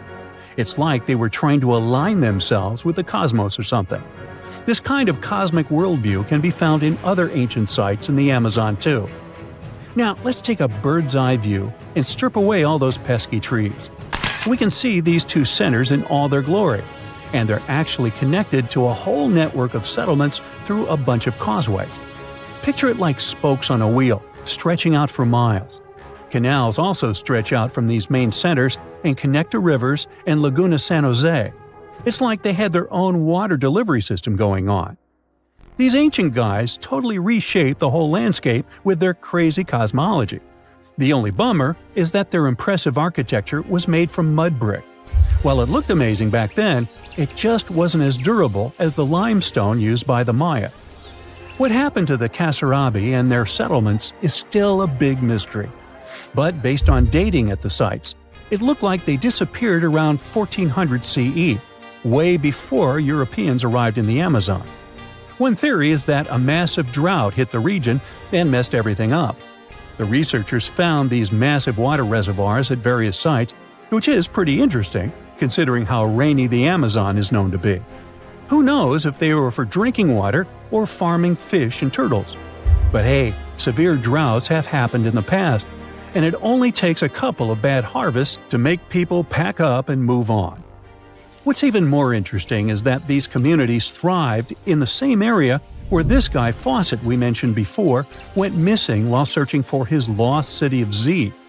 Maybe he was onto something after all. This is how it was. Fawcett stumbled upon this super cool document called Manuscript 512 at the National Library of Brazil. It's believed to have been written by a Portuguese explorer. Now, according to this document, back in 1753, a group of explorers discovered the remains of an ancient city. It had arches, a statue, and even a temple with hieroglyphs. But the document didn't spill the beans on where this city was located. So Fawcett got all hyped up about finding this city and made it his secondary mission after his main goal of finding something called Z. At one point, he had to come back to Britain to run some errands, but in 1920 he decided to give it another shot. Fawcett went on a personal expedition to find the city, but it was unsuccessful. 5 years later, Fawcett, his son Jack, and their buddy Raleigh Rimmel disappeared in the Mato Grosso jungle. Some researchers think that Fawcett might have been influenced by info he got from indigenous folks about this place called Kohikagu. Turns out Kohikagu was discovered by Westerners in 1925, and it had the ruins of 20 towns and villages. Up to 50,000 people might have lived there. And get this, the discovery of other earthworks in southern Amazonia totally supports Fawcett's theory. In 2005, an American journalist wrote an article about Fawcett's crazy expeditions and discoveries. He called it The Lost City of Z. Catchy, right? Well, in 2009, he turned that article into a book with the same name. And in 2016, the super talented writer-director James Gray made it into a movie. Now, here's where things get a bit sad. The Amazon region is changing rapidly. Farming, ranching, and energy production are changing this incredible place. And guess what? Those untouched areas with ancient relics won't stay untouched for long. It's a race against time to document and preserve what's left of our past before it's lost forever. Imagine you've booked a tour through the jungles of Costa Rica. All of a sudden, you stumble upon a huge stone sphere, nearly the length of a king-sized bed in diameter. How on earth did it end up there? And what does it symbolize? You immediately ask your guide. He's not as amazed as you are and tells you that there are actually several hundreds of them scattered across the south of the country. The mysterious stone spheres don't have an official name. The locals simply call them las bolas, which means balls in Spanish, while historians refer to them as dequispheres, after the culture that produced them. Scientists have studied the sediment layers of the Earth around them and estimate that the earliest were made around the year 600 CE, and the newest ones date to the year 1000 CE. Many of the spheres were relocated after their initial discovery, and that's why archaeologists can't date them precisely. The dequis culture completely disappeared shortly after they were discovered by the Spanish in the 16th century. Unlike the Mayas and the Aztecs, the myths or legends of these peoples didn't survive, so they cannot explain the existence of the mysterious orbs. More than 300 of these objects have been discovered so far, with some being smaller than 1 inch in diameter, and the largest measures 6.6 feet in diameter, standing taller than most humans. Although there are ones made from limestone, most spheres were carved out of a coarse version of basalt, a type of rock that forms when lava cools rapidly. Some orbs weigh up to 15 tons, and in most cases, their surface is smooth to the touch, although there are coarse, mostly unfinished pieces. If we throw away the theory that river erosion naturally sculpted the spheres, the ancient people seem to have created them by hammering boulders with other rocks. Once they got the rough shape they were aiming for, they would polish the rock to perfection, using techniques such as controlled fracture and grinding. The mysterious spheres are located in the Dequis Delta, on the coast of the Pacific Ocean. Most of them can be found in a place called Farm 6, which, alongside 3 other sites, was proclaimed a UNESCO World Heritage Site in 2014. The area contains other finds from the pre-Columbian era, such as paved areas, burial sites, and mounds. For centuries, the stone balls were hidden under a thick layer of sediment that protected them against the elements and looters until they were unearthed during the 1930s. The company that owned the land was clearing the rainforest for banana plantations when they stumbled upon these unusual stone constructions. Some were damaged by bulldozers, and some by workers trying to pry them open, as they believed there was gold hidden inside. It took a while before the authorities intervened to stop further damage to the finds. Doris Stone, the daughter of an executive of the company that owned the land, was the first to study the spheres. In 1943, she published an article in a leading American archaeological journal, turning the world's attention to the orbs. Expeditions soon followed, and archaeologists were immediately able to determine that the stone formations were human-made, probably created by the ancient indigenous population of Costa Rica. To this day, no one has been able to fully explain their function in a scientific way. It means there's still room for some wild theories about the sphere's origins and true purpose. The most popular theory in the scientific community is that the stone spheres served as decorations and status symbols, as many of them were found near the houses of chieftains. Local tribal leaders were also laid to rest with some of the smaller balls, so these stone formations were definitely associated with power in some way. Chiseling a boulder to perfection involved a lot of labor and planning, and only powerful individuals could afford it at the time. The other popular theory is that the boulders were used for astronomical observations. Individual spheres represented stars or planets, like a primitive map of the night sky. Since they were perfectly round, it was easy to roll them around. Before the jungle engulfed them, the area where they were found was a flat alluvial plain, ideal for rolling large boulders around. Another version of this theory suggests that the stones were used as boundary markers, much like modern border stones, which are also mostly made from stone. Finally, legends from other tribes that lived in the area tell of how the spheres were cannonballs that the deity of thunder used to drive away the deity of winds and hurricanes. We still don't know the original purpose of the Costa Rican spheres, but they remain an important part of the country's national identity. The National Museum in the Costa Rican capital, San Jose, has 6 of them in its courtyard. Many other spheres have become prized garden decorations for wealthy Costa Ricans. There's even one at Harvard University. More than a millennium after they were created, the mysterious stone spheres of Costa Rica are still associated with power and wealth. In terms of numbers, the stone orbs are not perfectly round. They are rated as nearly perfect, at 96% spherical in shape.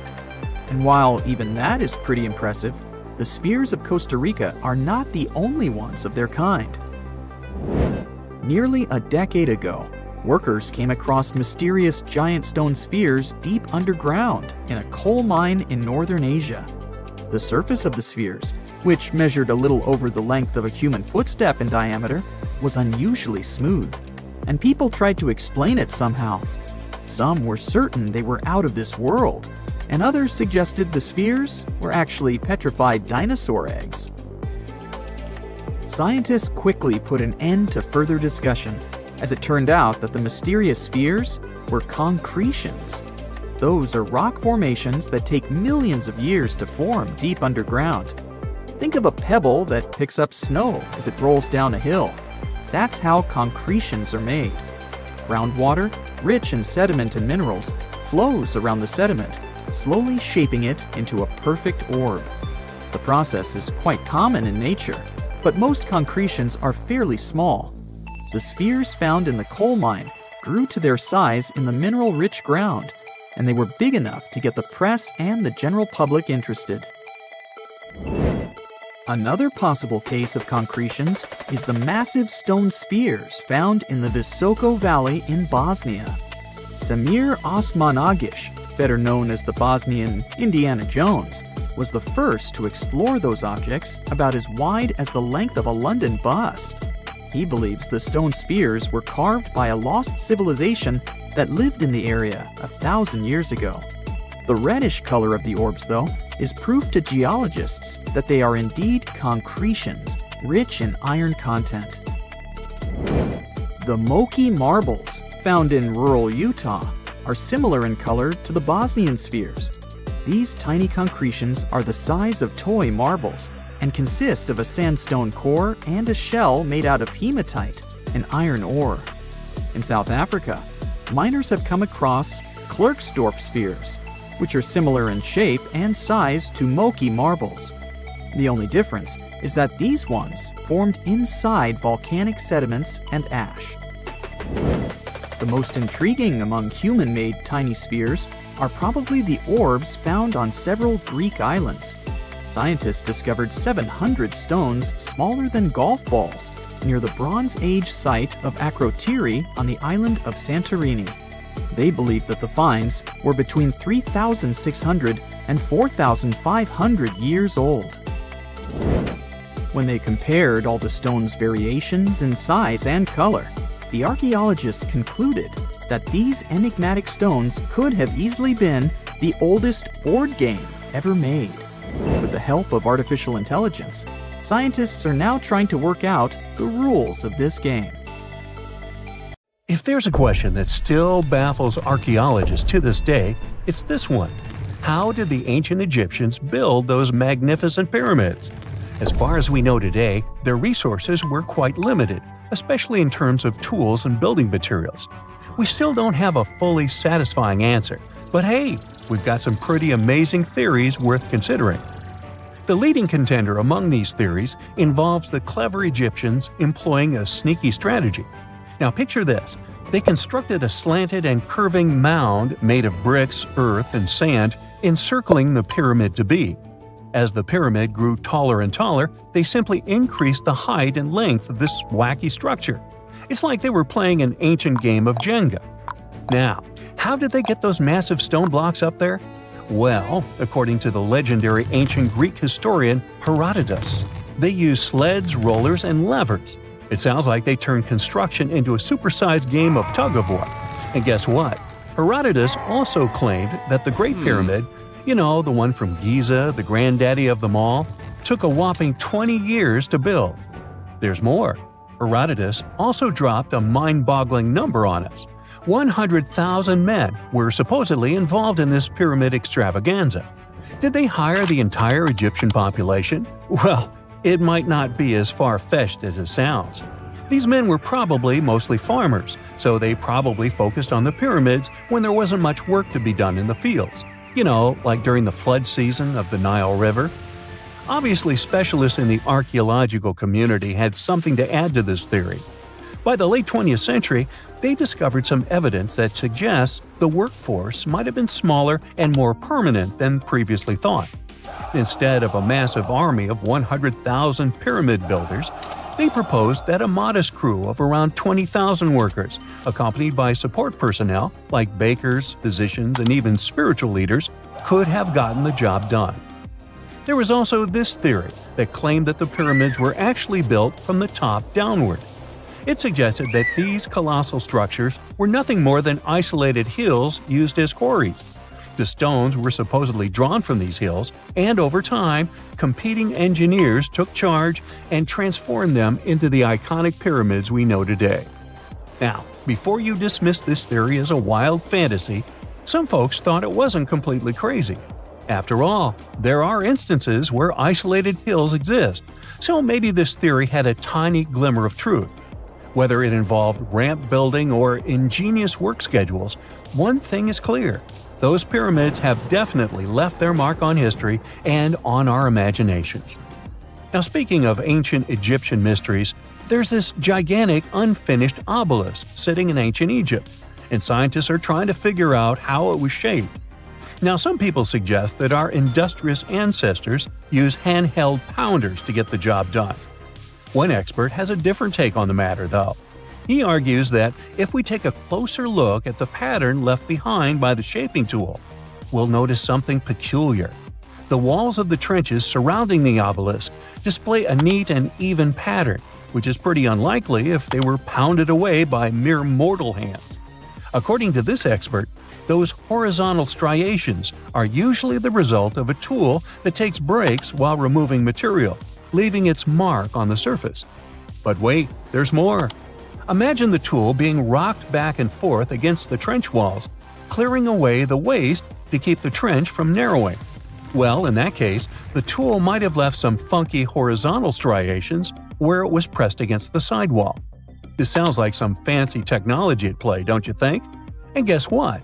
The dynastic Egyptians probably didn't have access to that kind of know-how. Another famous Egyptologist from way back also uncovered a bunch of core drills during his adventures. Although the actual drill bits are missing, his collection houses these particular core remnants made of limestone, alabaster, and even granite. These constructions aren't the only amazing thing the ancient Egyptians left behind, though. As it turns out, the Egyptians were the genius minds behind the creation of the handheld mirror. Yeah, that little mirror you use every day to check yourself out. But here's the twist. These mirrors are like pieces of art. They were decorated with inscriptions and figures. But that's not all. The Egyptians had a serious concern with their appearance. They knew the importance of personal hygiene and looking fabulous. So, in their quest for pearly whites, they invented toothbrushes and toothpaste. Dental problems were pretty common back then, and their smiles weren't exactly all white. Dentistry wasn't their strongest suit, you see. Maybe their minds were distracted by all that pyramid building. So that doesn't mean those ancient toothpaste recipes weren't amazing. One delightful concoction included rock salt, mint, dried iris petals, and pepper. Some brave dentists in the 21st century tried it out, and it worked pretty well. Ground-up ash was also used in another recipe to create a tooth cleansing paste. Mint was missing, so that didn't do much for their breath. That's when the genius Egyptians came up with the world's first breath mints. They made tablets from heated spices like cinnamon, and they mixed it with honey. Now, let's shift gears to home decor, Egyptian style. They surely took ornamentation to the next level. While the concept of decorating furniture started in Mesopotamia, the Egyptians cranked it up a notch. They went all out with different colors of ink and even developed various weights of paper. Oh, and let's not forget about those cute little area rugs we all have in our homes today. Guess who came up with the idea? Yep, the Egyptians. They used the versatile papyrus plant to make those cozy rugs. And speaking of trends, the Egyptians loved their knickknacks. They had an assortment of small figurines in the shapes of cats, dogs, and people. These statues were made from various materials, like simple sun-dried mud to the ultimate bling of gold. It all depended on how loaded you were. The Egyptians were also all about farming, and they knew that clean water was crucial for their crops and animals. That's why they came up with some nifty inventions and techniques to make sure their land was fertile and their plants were happy. First off, they had the genius idea of using ox-drawn plows. They had two types of plows, heavy and light. The heavy plow would strut its stuff, cutting deep furrows in the soil, while the lighter plow followed behind, fluffing up the earth. But they didn't stop there. After plowing, the Egyptians would break up clumps of soil and sow the rows with seeds.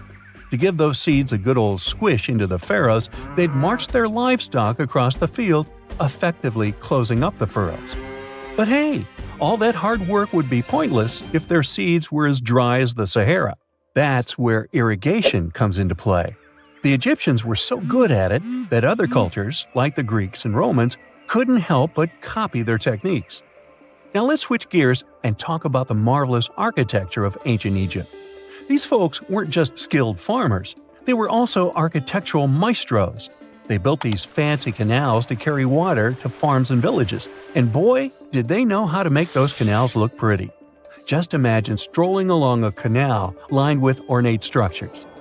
The pharaoh Ramesses the Great was quite the overachiever when it came to construction. One of his mind-blowing creations was the construction located at Abu Simbel. This building was designed so that twice a year, the sun would shine directly into it and illuminate the statues of Ramesses. And let's not forget about the corbelled arch. Without this architectural gem, we'd be missing out on some mind-boggling structures like the Great Pyramid.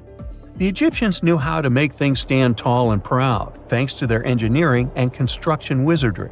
They built grand halls and inner sanctums that make your jaw drop.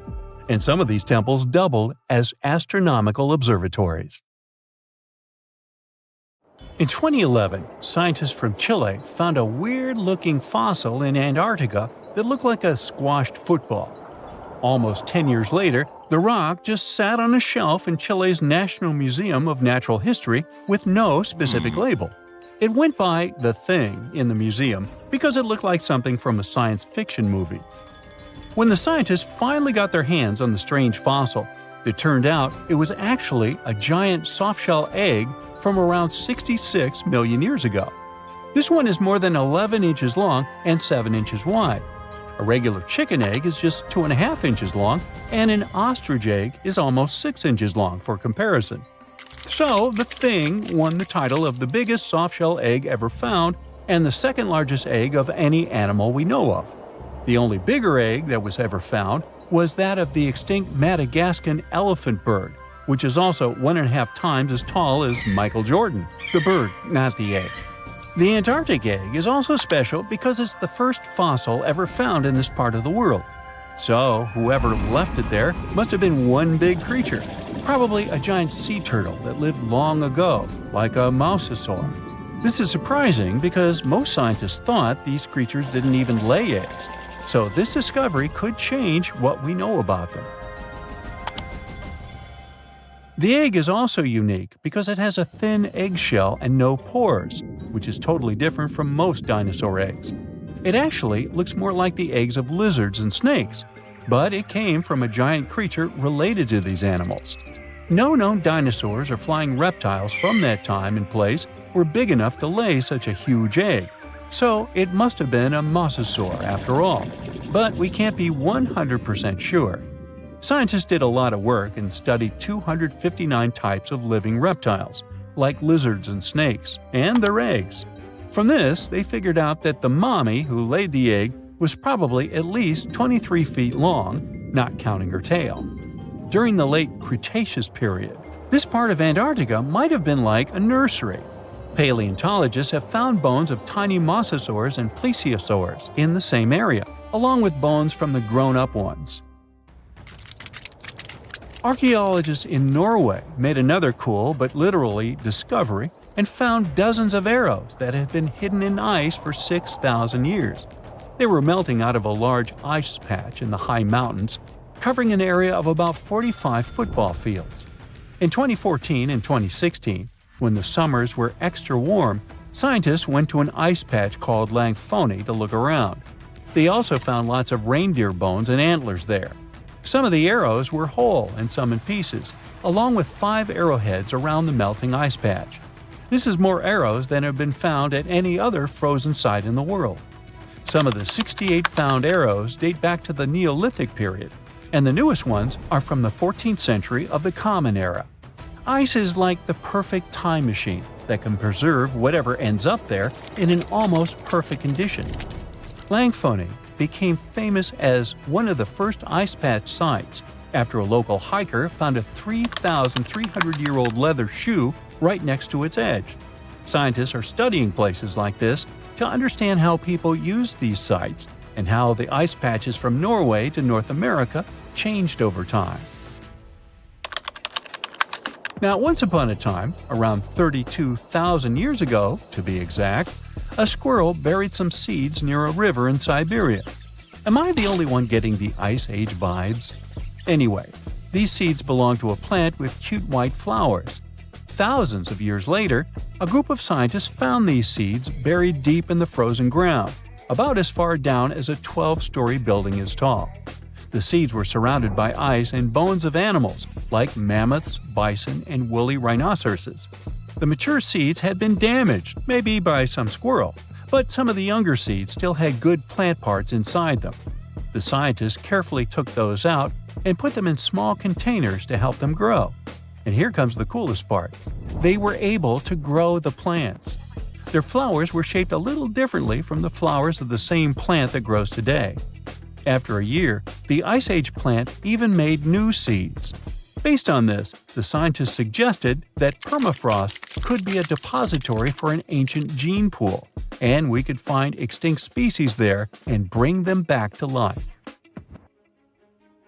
Scientists on an icebreaker in Antarctica were looking for whales, but found something way more unusual. The camera behind the ship, which is as heavy as a car, detected 16 million ice fish nests on the floor of the Weddell Sea. The nests were located about every 10 inches in all directions and covered an area of 93 square miles, which is slightly bigger than the whole of Washington, D.C.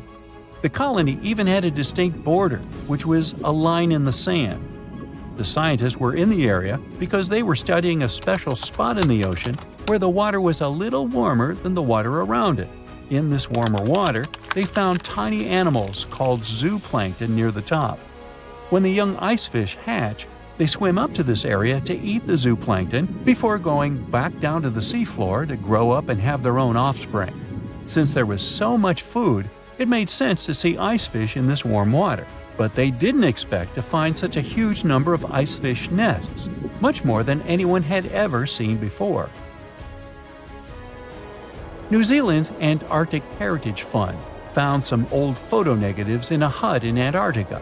They turned out to be unique images from the Ross Sea Party. It was a famous failed expedition led by Ernest Shackleton. He wanted to become the first person to cross Antarctica by land, from the Weddell Sea to the Ross Sea, passing through the South Pole. But things went wrong when their ship, the Aurora, was blown out to sea. They had to use the hut from another explorer, Captain Robert Falcon Scott. His goal was to be the first person to reach the North Pole, but sadly, he didn't succeed either. The negatives were made of cellulose nitrate and were found stuck together in the small box. The Trust took the negatives back to New Zealand, where they carefully separated them and discovered 22 hidden images. Many of the photos were damaged, but the Trust could still recognize some familiar places around McMurdo Sound, a well-known area in Antarctica. No one knows for sure who took the pictures. In December 2021, some scientists noticed a strange mark on the Larsen ice shelf, a giant sheet of ice off the eastern coast of Antarctica. They thought it might be a river flowing under the ice, so they drilled down over 1,600 feet to check it out. They expected to find water, but they didn't expect to see that the water was full of fast-moving creatures called amphipods. The scientists also found that the water in the underground river had unusual layers of currents moving in different directions, which they still don't fully understand. Another surprising thing happened during their research. On December 20th of the same year, a volcano erupted far away in Tonga, and the pressure waves from the eruption were detected all the way down in the ice river in Antarctica. It shows how everything on our planet is connected, even in the most distant places. Listen to this. Neanderthal fiber technology. Nope, I'm not joking. The concept is real. In 2020, a team of scientists published a paper that redefined the way we saw our closest ancestors. A find in France changed archaeology forever, and it wasn't the first time something like this had happened. But let me start from the beginning. Neanderthals. For a long time, they fit the image of the typical cavemen. If you are now thinking of someone like Fred Flintstone, you wouldn't be much wrong. What was the reason behind this stereotype? When did we start believing that Neanderthals were not the brightest tools in the shed of evolution? In comes William King, a 19th century British geologist. He was the man who named the Neanderthals. Based on the bones King found, the scientists declared the species not intelligent, and this image stuck with the Neanderthals for centuries to come. But a piece of string, just 1/4 of an inch long, changed everything. A small, dry river valley, Abri du Maras, was the place of the great find. Archaeologists unearthed a cord fragment next to a stone tool. Such twisted fibers could have been used for everything from making clothes to fishing nets. In prehistory, this was some advanced tech, and the Neanderthals seemed to have mastered it. Scientists already knew that these early humans made tar from birch bark, and that they produced shell beads. There's even evidence of Neanderthal art. They were definitely not primitive. The string section and similar finds are changing the way we perceive our ancestors. The world of archaeology is constantly changing. Take the pyramids in Egypt, for example. Turns out, they weren't really built by an army of people who the pharaoh made work until they passed out. Herodotus, the famous Greek historian, was the man who started the confusion. He claimed, in 500 BCE, that 100,000 men took part in the construction of the Great Pyramid in Giza. He made no mention of who they were and why they were building the pyramids. That's how the myth started. Huge stone slabs pulled by humans, driven by a foreman with a whip. But Egyptologists would beg to differ. Those are the scientists who study ancient Egypt's culture. Fairly recently, they uncovered a workers' village that told a different tale. Yes, there was evidence of hard work on the workers' bones, but the construction industry is demanding even today. It took almost 6 years for 12,000 workers to complete the world's tallest building, Burj Khalifa. Back in Egypt, 3 times more workers finished the Great Pyramid in around 2 decades. An impressive feat of ancient engineering, wouldn't you agree? Superiors looked well after the Egyptians who built the pyramids. Their diet was rich in protein. They had medical care and they got paid properly. In fact, they lived better than the non-working population. And they lived with their families near the construction site. Archaeologists know all this because they unearthed bakeries and dormitories with bread jars and other goodies. Looks like the pharaohs were okay employers after all, and the job market wasn't that terrible. They also kept detailed papyrus records of the build and hieroglyphs. You and I wouldn't stand a chance of reading these letters that resemble images. Egyptologists had the same problem. For over a millennium, no one had used this type of font. And it's not like there was an English ancient Egyptian dictionary you could open and find meanings of words. But all this changed in 1822. A couple of decades before, the French found a broken slab of black granite. The stone contained one text in 3 scripts: ancient Greek, Egyptian hieroglyphs, and Demotic. The last one was also the Egyptian language, but in a simplified script. Scientists dated it back to 196 BCE. The content is a religious proclamation. A French philologist and Orientalist, Jean-François Champollion, was the first one to crack the code. You see, people haven't forgotten ancient Greek letters. The Frenchman successfully matched the Greek letters with the ones in the Egyptian script. And voila, we were finally able to read hieroglyphs. The name of the piece of granite that made it all possible was the Rosetta Stone. The importance of its discovery went beyond archaeology. The word Rosetta Stone even entered the English dictionary. It represents a discovery that helps people understand an enigma that has been puzzling them for a long time. There are similar games. A symbol is attached to a particular message. Then you have to decode the message by replacing the symbol with a corresponding letter. In a nutshell, this is what scientists did with the Rosetta Stone more than 2 centuries ago. Do you know what is the oldest deciphered language in Europe? It has an unattractive name, Linear B. The script belongs to the Mycenaean Greek language. It predates the ancient Greek alphabet by several centuries.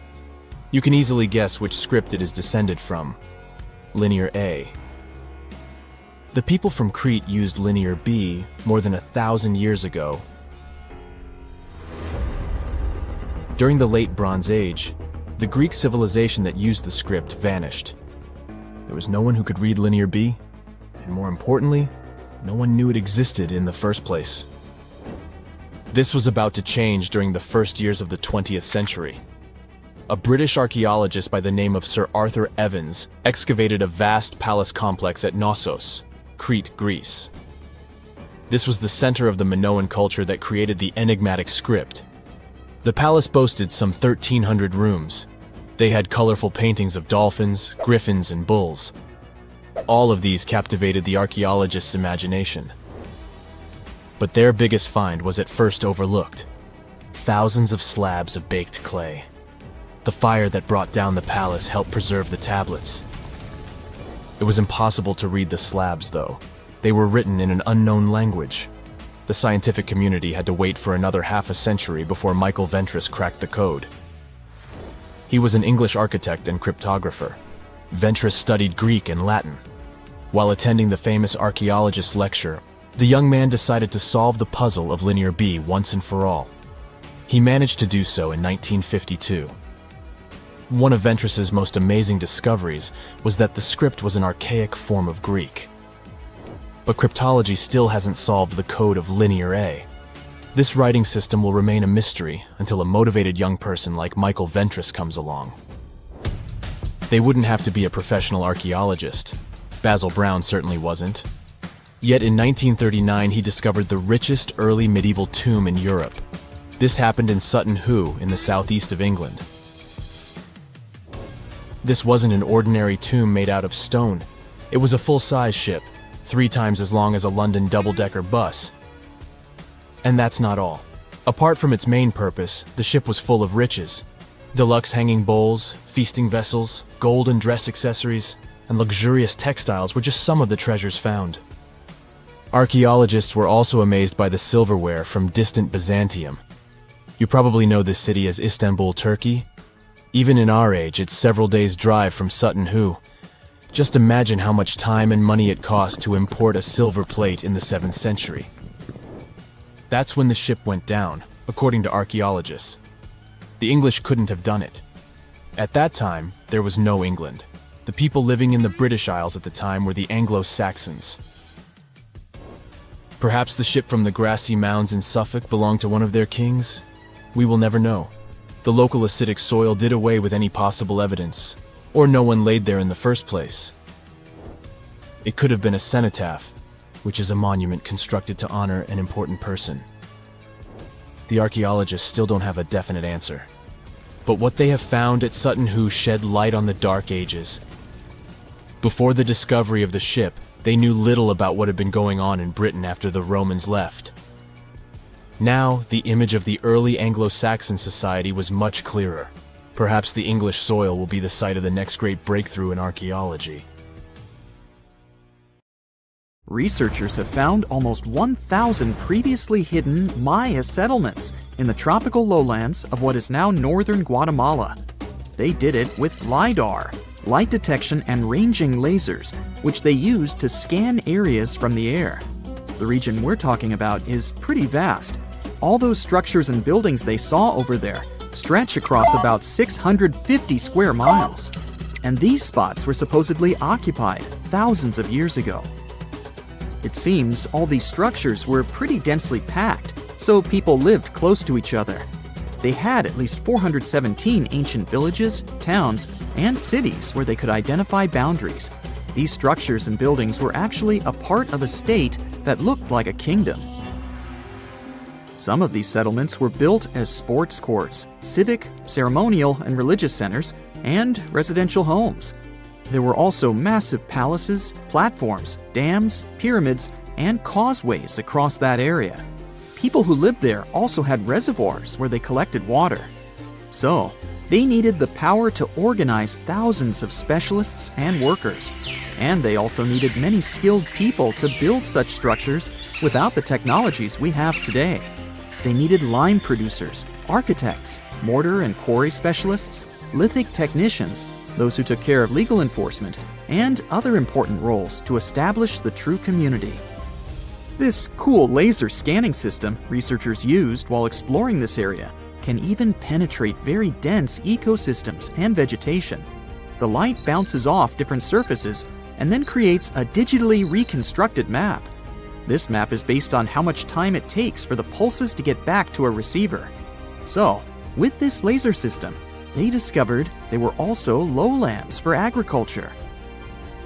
So why exactly did the Maya settle in this region?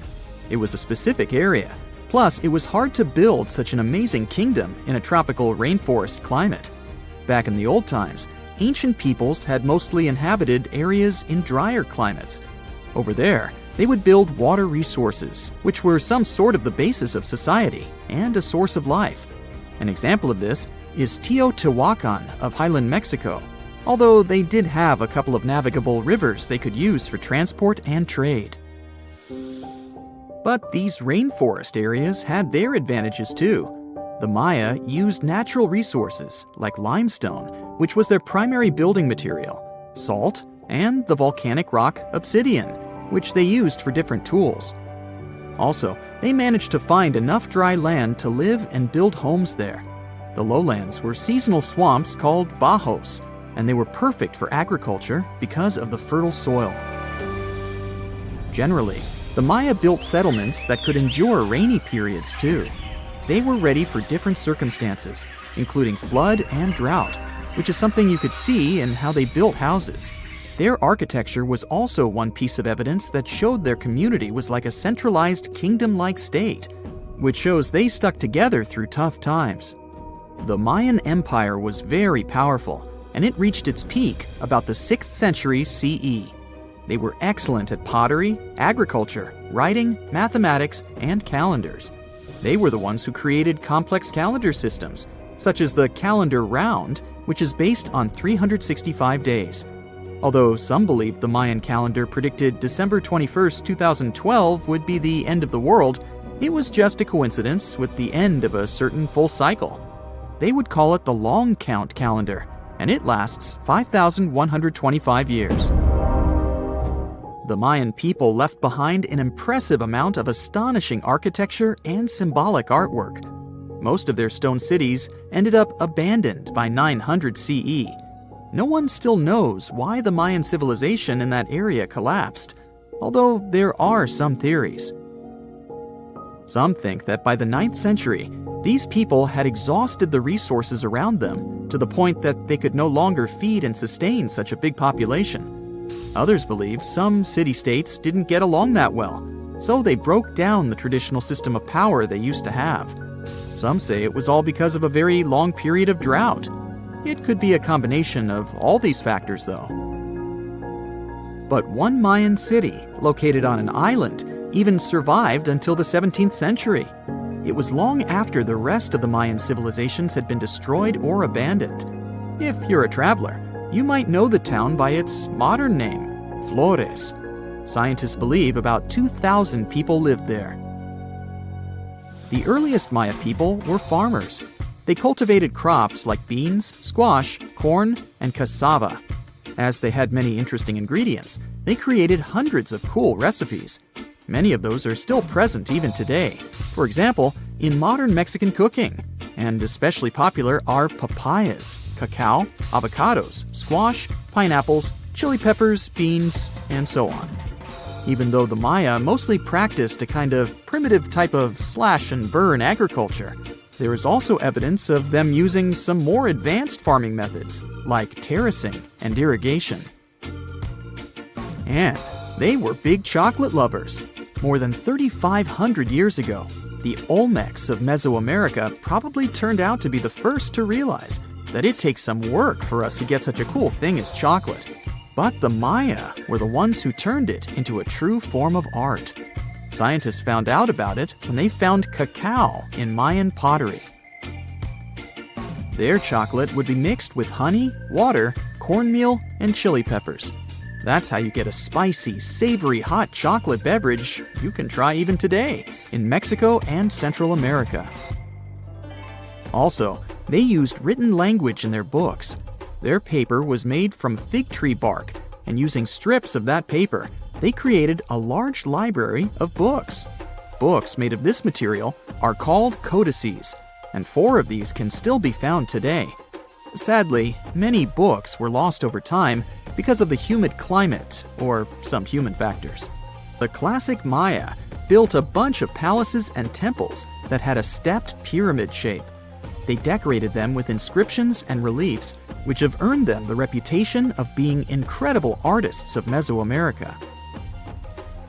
For the Mayans, flat foreheads were the most desirable thing on someone's face. They were generally really into aesthetics, and having a flat forehead was one of the main things where you could meet their highest aesthetic standard.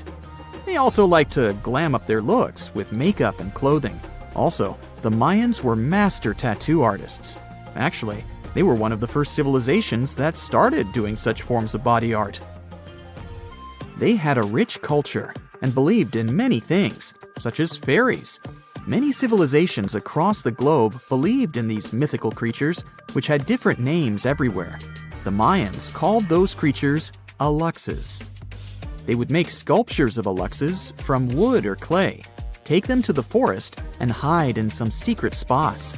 The Maya believed these sculptures would come to life during the night and take the role of guardians of their land, animals, and crops. The Maya believed caves were entrances that led to the underworld. You can even visit some of these caves if you like. For example, you can explore the jungles of Quintana Roo and Yucatan near Cancun. There are many spots where researchers found artifacts the Mayans had left behind. They were one of the first cultures that learned how to use rubber latex and make, for example, rubber balls for the many interesting games they had. They used natural latex and then probably mixed it with some other natural substances. That's how they came up with the bouncy balls they played with. They also built cool steam baths. The Maya had structures made from stone that looked like something we know today as bathtubs. Plus, they were building heated stone structures we know as sweat houses. Researchers found these in El Salvador and Guatemala, and they were previously hidden under volcanic ash. Recently, scientists made an astonishing discovery that might solve Stonehenge's mystery. They found something hidden deep within the DNA of Stonehenge's sarsen rocks, the huge monolithic ones, and it might reveal why our Neolithic ancestors designed and built this thing in the first place. Over the years, scientists have been scratching their heads, trying to figure out where the huge sarsen rocks came from. For years, they believed they came from a quarry just 15 miles away from the site, known as Marlborough Downs. At this site, they found similar minerals to the ones that make up the Sarsen rocks. But it turned out there was more to this story than they thought. The understanding of how Stonehenge was built is always changing. Scientists need to really travel back in time to uncover its mysteries. Where did the rocks come from? How were they carried? Why was the site built? You see, the Stonehenge site, located at Salisbury Plain in England, is made up of two main types of stone. There are the super heavy Sarsens and the lighter and smaller bluestones. The Sarsens each weigh about 25 tons. That's as much as 3 African elephants stacked together. The heaviest Sarsen stone, called the heel stone, weighs 30 tons all by itself. Together, the Sarsens make that iconic outer ring circle. Inside that circle, that's where you'll find the bluestones. The naming might seem a bit misleading since they're not really blue. They have a bluish tinge to them when they are freshly broken, hence the name. These smaller rocks probably came from the Preseli Hills in southwest Wales, which is about 150 miles away from Stonehenge. They're a bit lighter than the Sarsens, but still pretty heavy.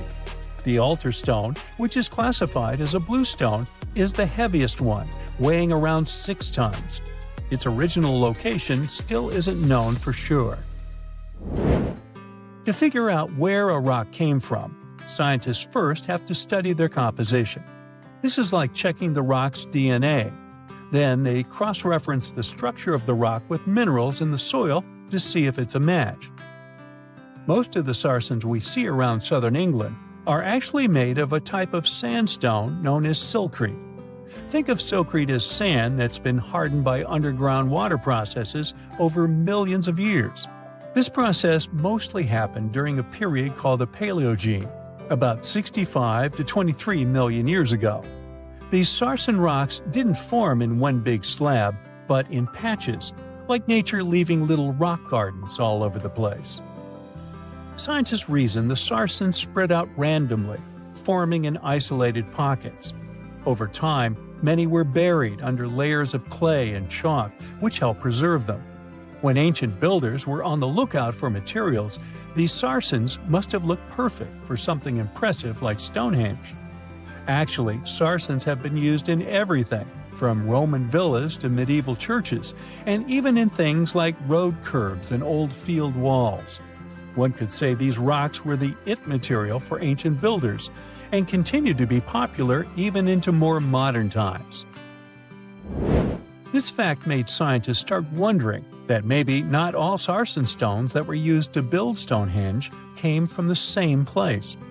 They've identified Sarsen sites all over the UK, in places such as Oxfordshire and Kent. After hundreds of years of studying the Sarsens, geologists finally had the right type of technology to determine the origin of the stones. Now, I wish I could tell you that it was some undisclosed location very far away from the site. But, as it turned out, the Sarsens were originally from Westwoods, the forest near Stonehenge. A new factor came into play when excavations uncovered empty stone holes, showing that at least 6 bluestone pillars were removed from a Preseli Hills site called Wan Main in prehistory. They had a stone circle over there, and it's believed that some of Stonehenge's rocks were recycled rocks from this more ancient circle. If this is true, it might be that Stonehenge is part of a much larger landscape of ancient sites. If this is the case, then Stonehenge is just the cherry on top of a much larger scale project. Think of it as the sacred centerpiece of an entire landscape of monuments, mounds, stone circles, and things. This is why scientists want to find out where the rocks came from so badly. It could lead to why and how Stonehenge was built. Now, Stonehenge didn't just pop up overnight. It was built in several stages over hundreds of years. It's likely that it wasn't a single unified vision, but more like a big community project that evolved over time. With each generation, the builders brought in their own ideas, creating a stone structure that would last for ages. The first stage was around 3100 BCE. That's when people dug out a circular ditch and likely set up some bluestones as sort of a starter ring. Later, they added the sarsens and even topped some of them with horizontal stones to form those famous arches you see today, also known as the trilithons. These ancient builders had some challenges on their hands. How would they move the rocks? There's an old theory known as the ice road that suggests that the rocks were moved by natural icy pathways that formed during the winter. This way, they could slide the rocks down all the way to Stonehenge. But hey, if we're talking about a distance of over 100 miles, that's not too realistic. Anyways, this theory was debunked because it was warmer back then than it is today. There's also the river theory, which suggests that the rocks were floated along the river from the quarry to the site. But if we're talking about sarsen rocks, they're too heavy to float. So there goes that theory. What we're saying is, no one knows how the rocks were moved.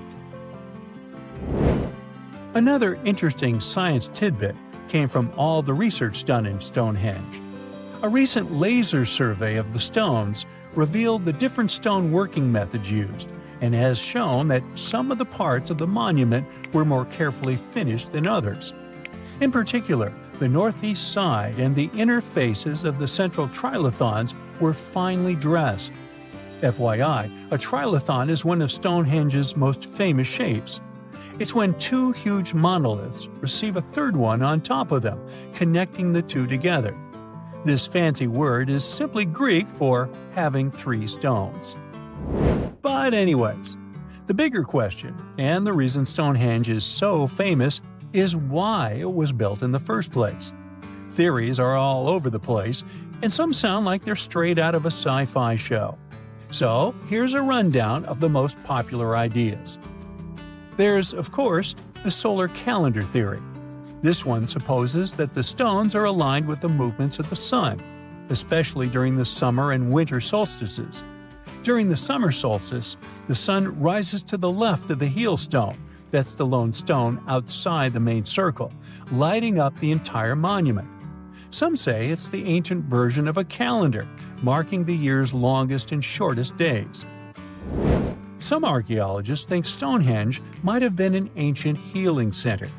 Pieces of bluestone have been found chipped away, possibly by people who believed they had healing powers. The theory goes that people traveled from all over to come to Stonehenge in hopes of a cure for whatever was ailing them.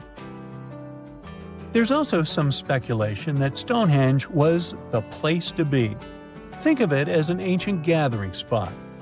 Some evidence suggests that communities from distant areas traveled to Stonehenge for gatherings, feasts, and ceremonies. Studies of bones found near the site show they came from all over Britain, making it a sort of prehistoric meetup location. The South Pole is more than penguins and endless snow. There's a hidden ghost world within it. Look, it's right here on the globe. Don't confuse Antarctica with the Arctic, which is at the top of our maps. Much smaller in size, and, let's face it, way less mysterious.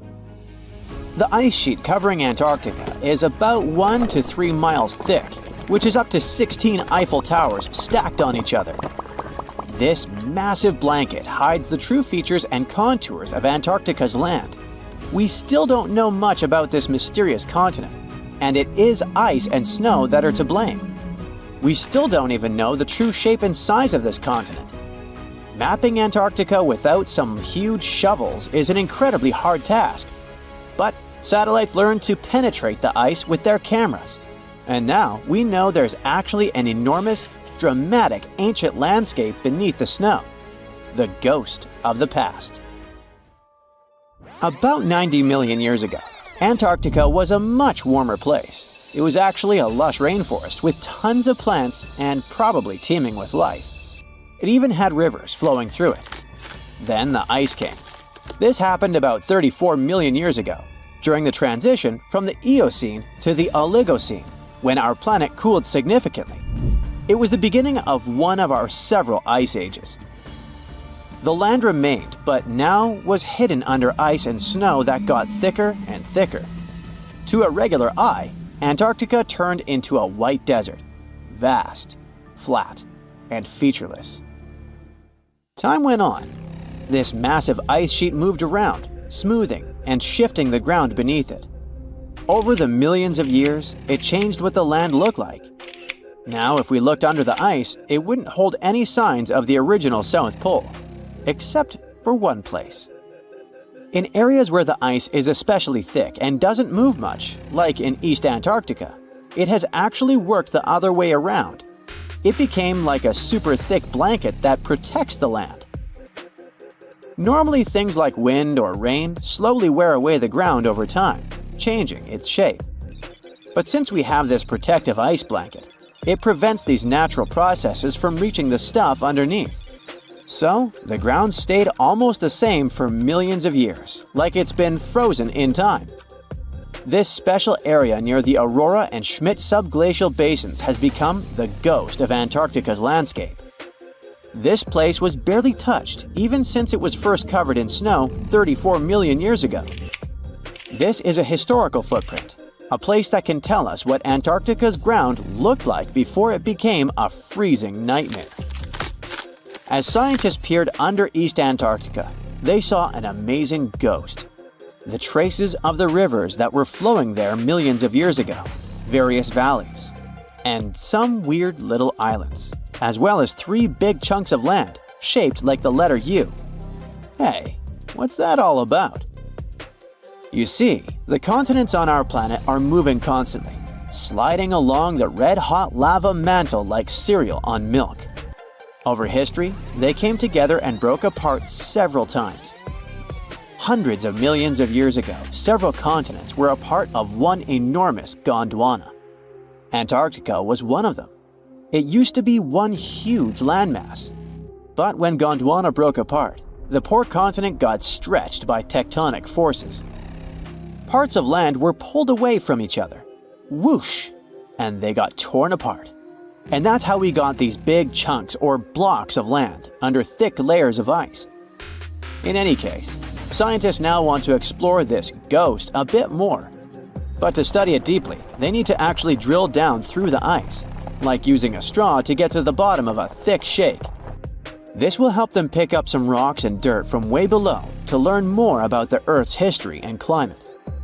Antarctica is the 5th largest continent in the world, approximately bigger than the entirety of Europe or Australia, competing with the entire South America in size.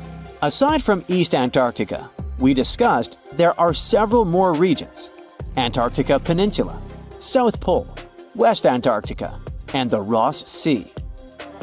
The continent is basically a frozen sandbox, and all its hidden, mysterious landscape is actually less explored than Mars's terrain. We only know for sure that without ice, it wouldn't just be flat and empty, but an entire world full of big mountains, huge canyons, and even fiery volcanoes. Some of these volcanoes are so huge that they peak above the layers of snow. In West Antarctica alone, there are at least 138 volcanoes, though only about 8 or 9 are active today. One of the craziest ones is Mount Erebus, the southernmost volcano and the tallest one on the continent, about 12,500 feet high. And deep beneath the ice sheet, this guy hosts incredible, beautiful subvolcanic caves. The temperatures there are warm enough for t-shirts. The Antarctic Peninsula, or Lesser Antarctica, looks like a bunch of mountainous islands deeply underground. It has newer volcanic rocks that are part of the Pacific Ring of Fire, which is like a giant circle of volcanoes and earthquake zones around the Pacific Ocean. The Greater Antarctica is a huge part, almost as big as Australia. It consists of East Antarctica and the South Pole. Beneath the ice, it's a place of rocks that have been around for a very, very long time, including the special zone we mentioned. You probably know that Antarctica is nearly devoid of humans. No wonder, with a mean temperature of about -46 degrees Fahrenheit. But even though this place is horrifyingly cold and deserted, life still clings on. You guessed it, in the underworld. In 2017, scientists found DNA traces of algae, moss, and even possibly unknown small animals in the deep caves. That means that even in such crazy conditions, there are still unique ecosystems thriving in little isolated warm pockets beneath the snow. There was another incredible find beneath Antarctica's Ross Ice Shelf, a lively ecosystem vibing within an underground river. Scientists have long suspected that Antarctica's underworld should have some freshwater lakes and rivers. One day, a satellite spotted a groove there. They decided to explore it and used a hot water drill to melt their way through the ice. As they reached the underworld, they dropped a camera into one of those hidden fresh rivers. And at first, they thought they'd find just some rocks or something. But instead, they stumbled upon hundreds of amphipods, tiny shrimp-like creatures. Little ones instantly swarmed around the lens. Shrimps blocked the camera and scientists couldn't check out what they wanted to. Pretty funny, but at least that means that there really is an important ecosystem deep within Antarctica. Now, they're gonna explore it. And all this is just the beginning of the mysterious underworld. Antarctica's snow also hides the deepest canyon on Earth under the Denman Glacier. Well, Mariana Trench is still the deepest point on Earth, but it's a part of the oceanic crust, geologically speaking. Also, in 1958, explorers found a huge mountain range under the ice, as big and tall as the famous Alps Mountains. The range stretched for about 745 miles with peaks as high as 1.7 miles. And all this magnificence is buried under tons of ice. Who knows what else we might find there? Antarctica holds about 60% of our entire planet's freshwater, which means it would be pretty bad if it melted. For example, there's this Doomsday Glacier, officially known as Thwaites Glacier. It's a huge ice formation, about the size of Florida, and it's melting right now. Every year, the sea levels rise by 4% because of it. If this guy melts away completely, the sea levels all around the world will increase by 2 feet, which might not sound like a lot, but it would be catastrophic for coastal areas. Luckily, researchers have found that even if its ice shelf were to collapse in the next 50 years, the glacier itself wouldn't retreat as quickly as they feared. It's still losing ice rapidly, but it would be quite a slow process. That's it for today. So hey, if you pacified your curiosity, then give the video a like and share it with your friends. Or if you want more, just click on these videos.